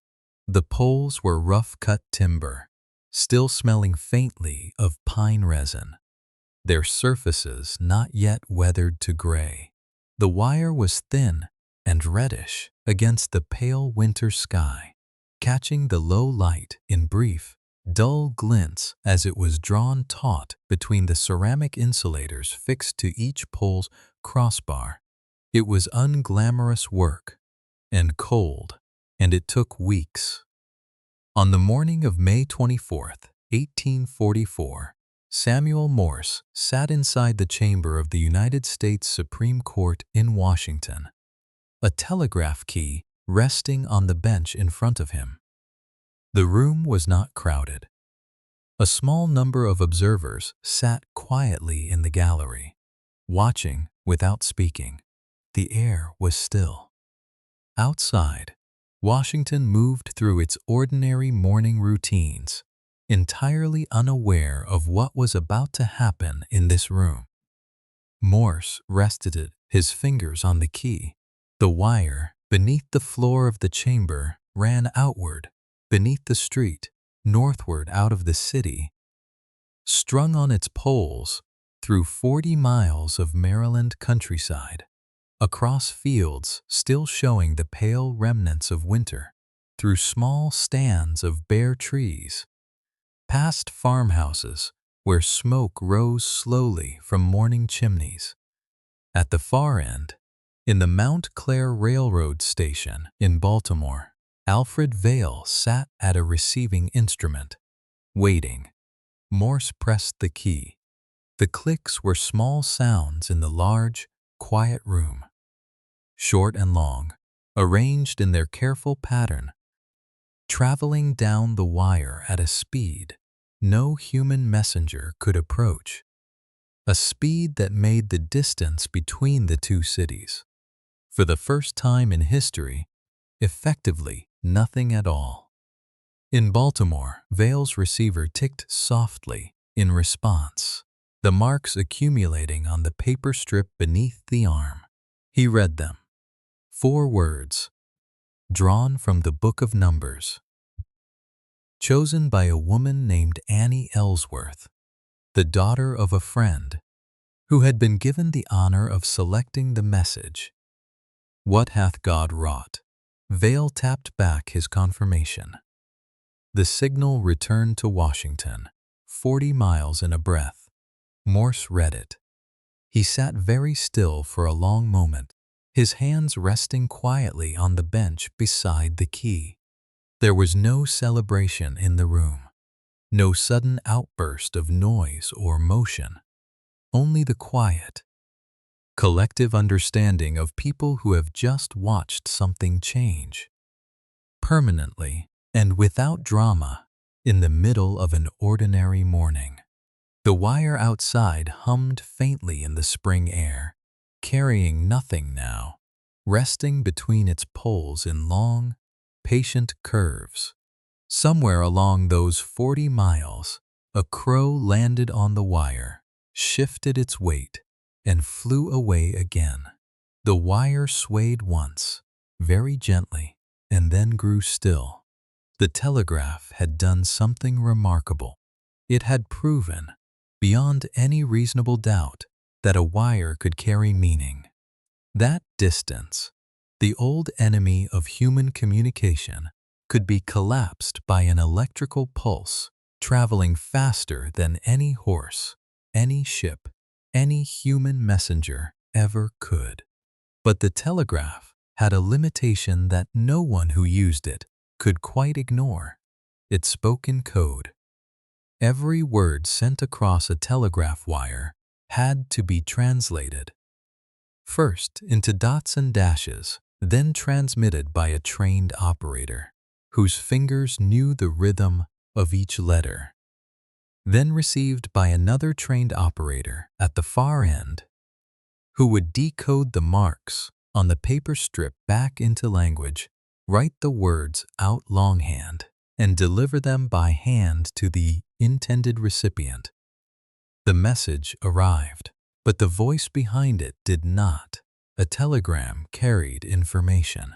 It did not carry tone, or warmth, or the particular quality of silence that falls between two people who know each other well.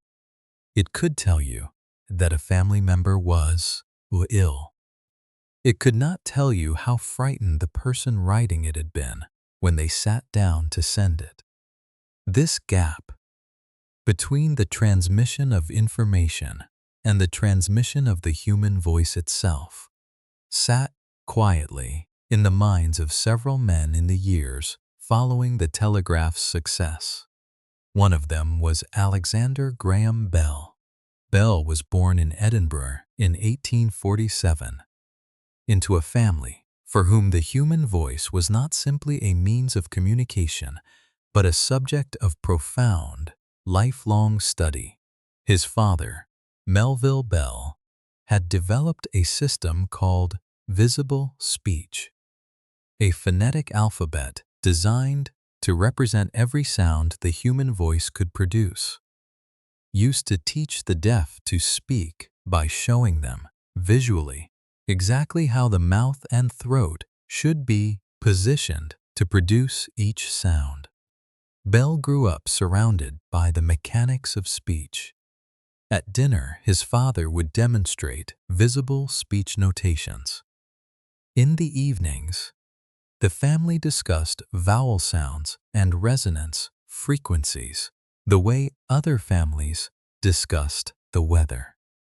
The human voice was something Bell understood not merely as sound, but as physics, as a mechanical event, air pressure moving through a shaped cavity, causing membranes to vibrate at specific frequencies, producing waves that traveled outward through the air and caused matching vibrations in the ear of a listener. If it was mechanical, it could, in theory, be replicated.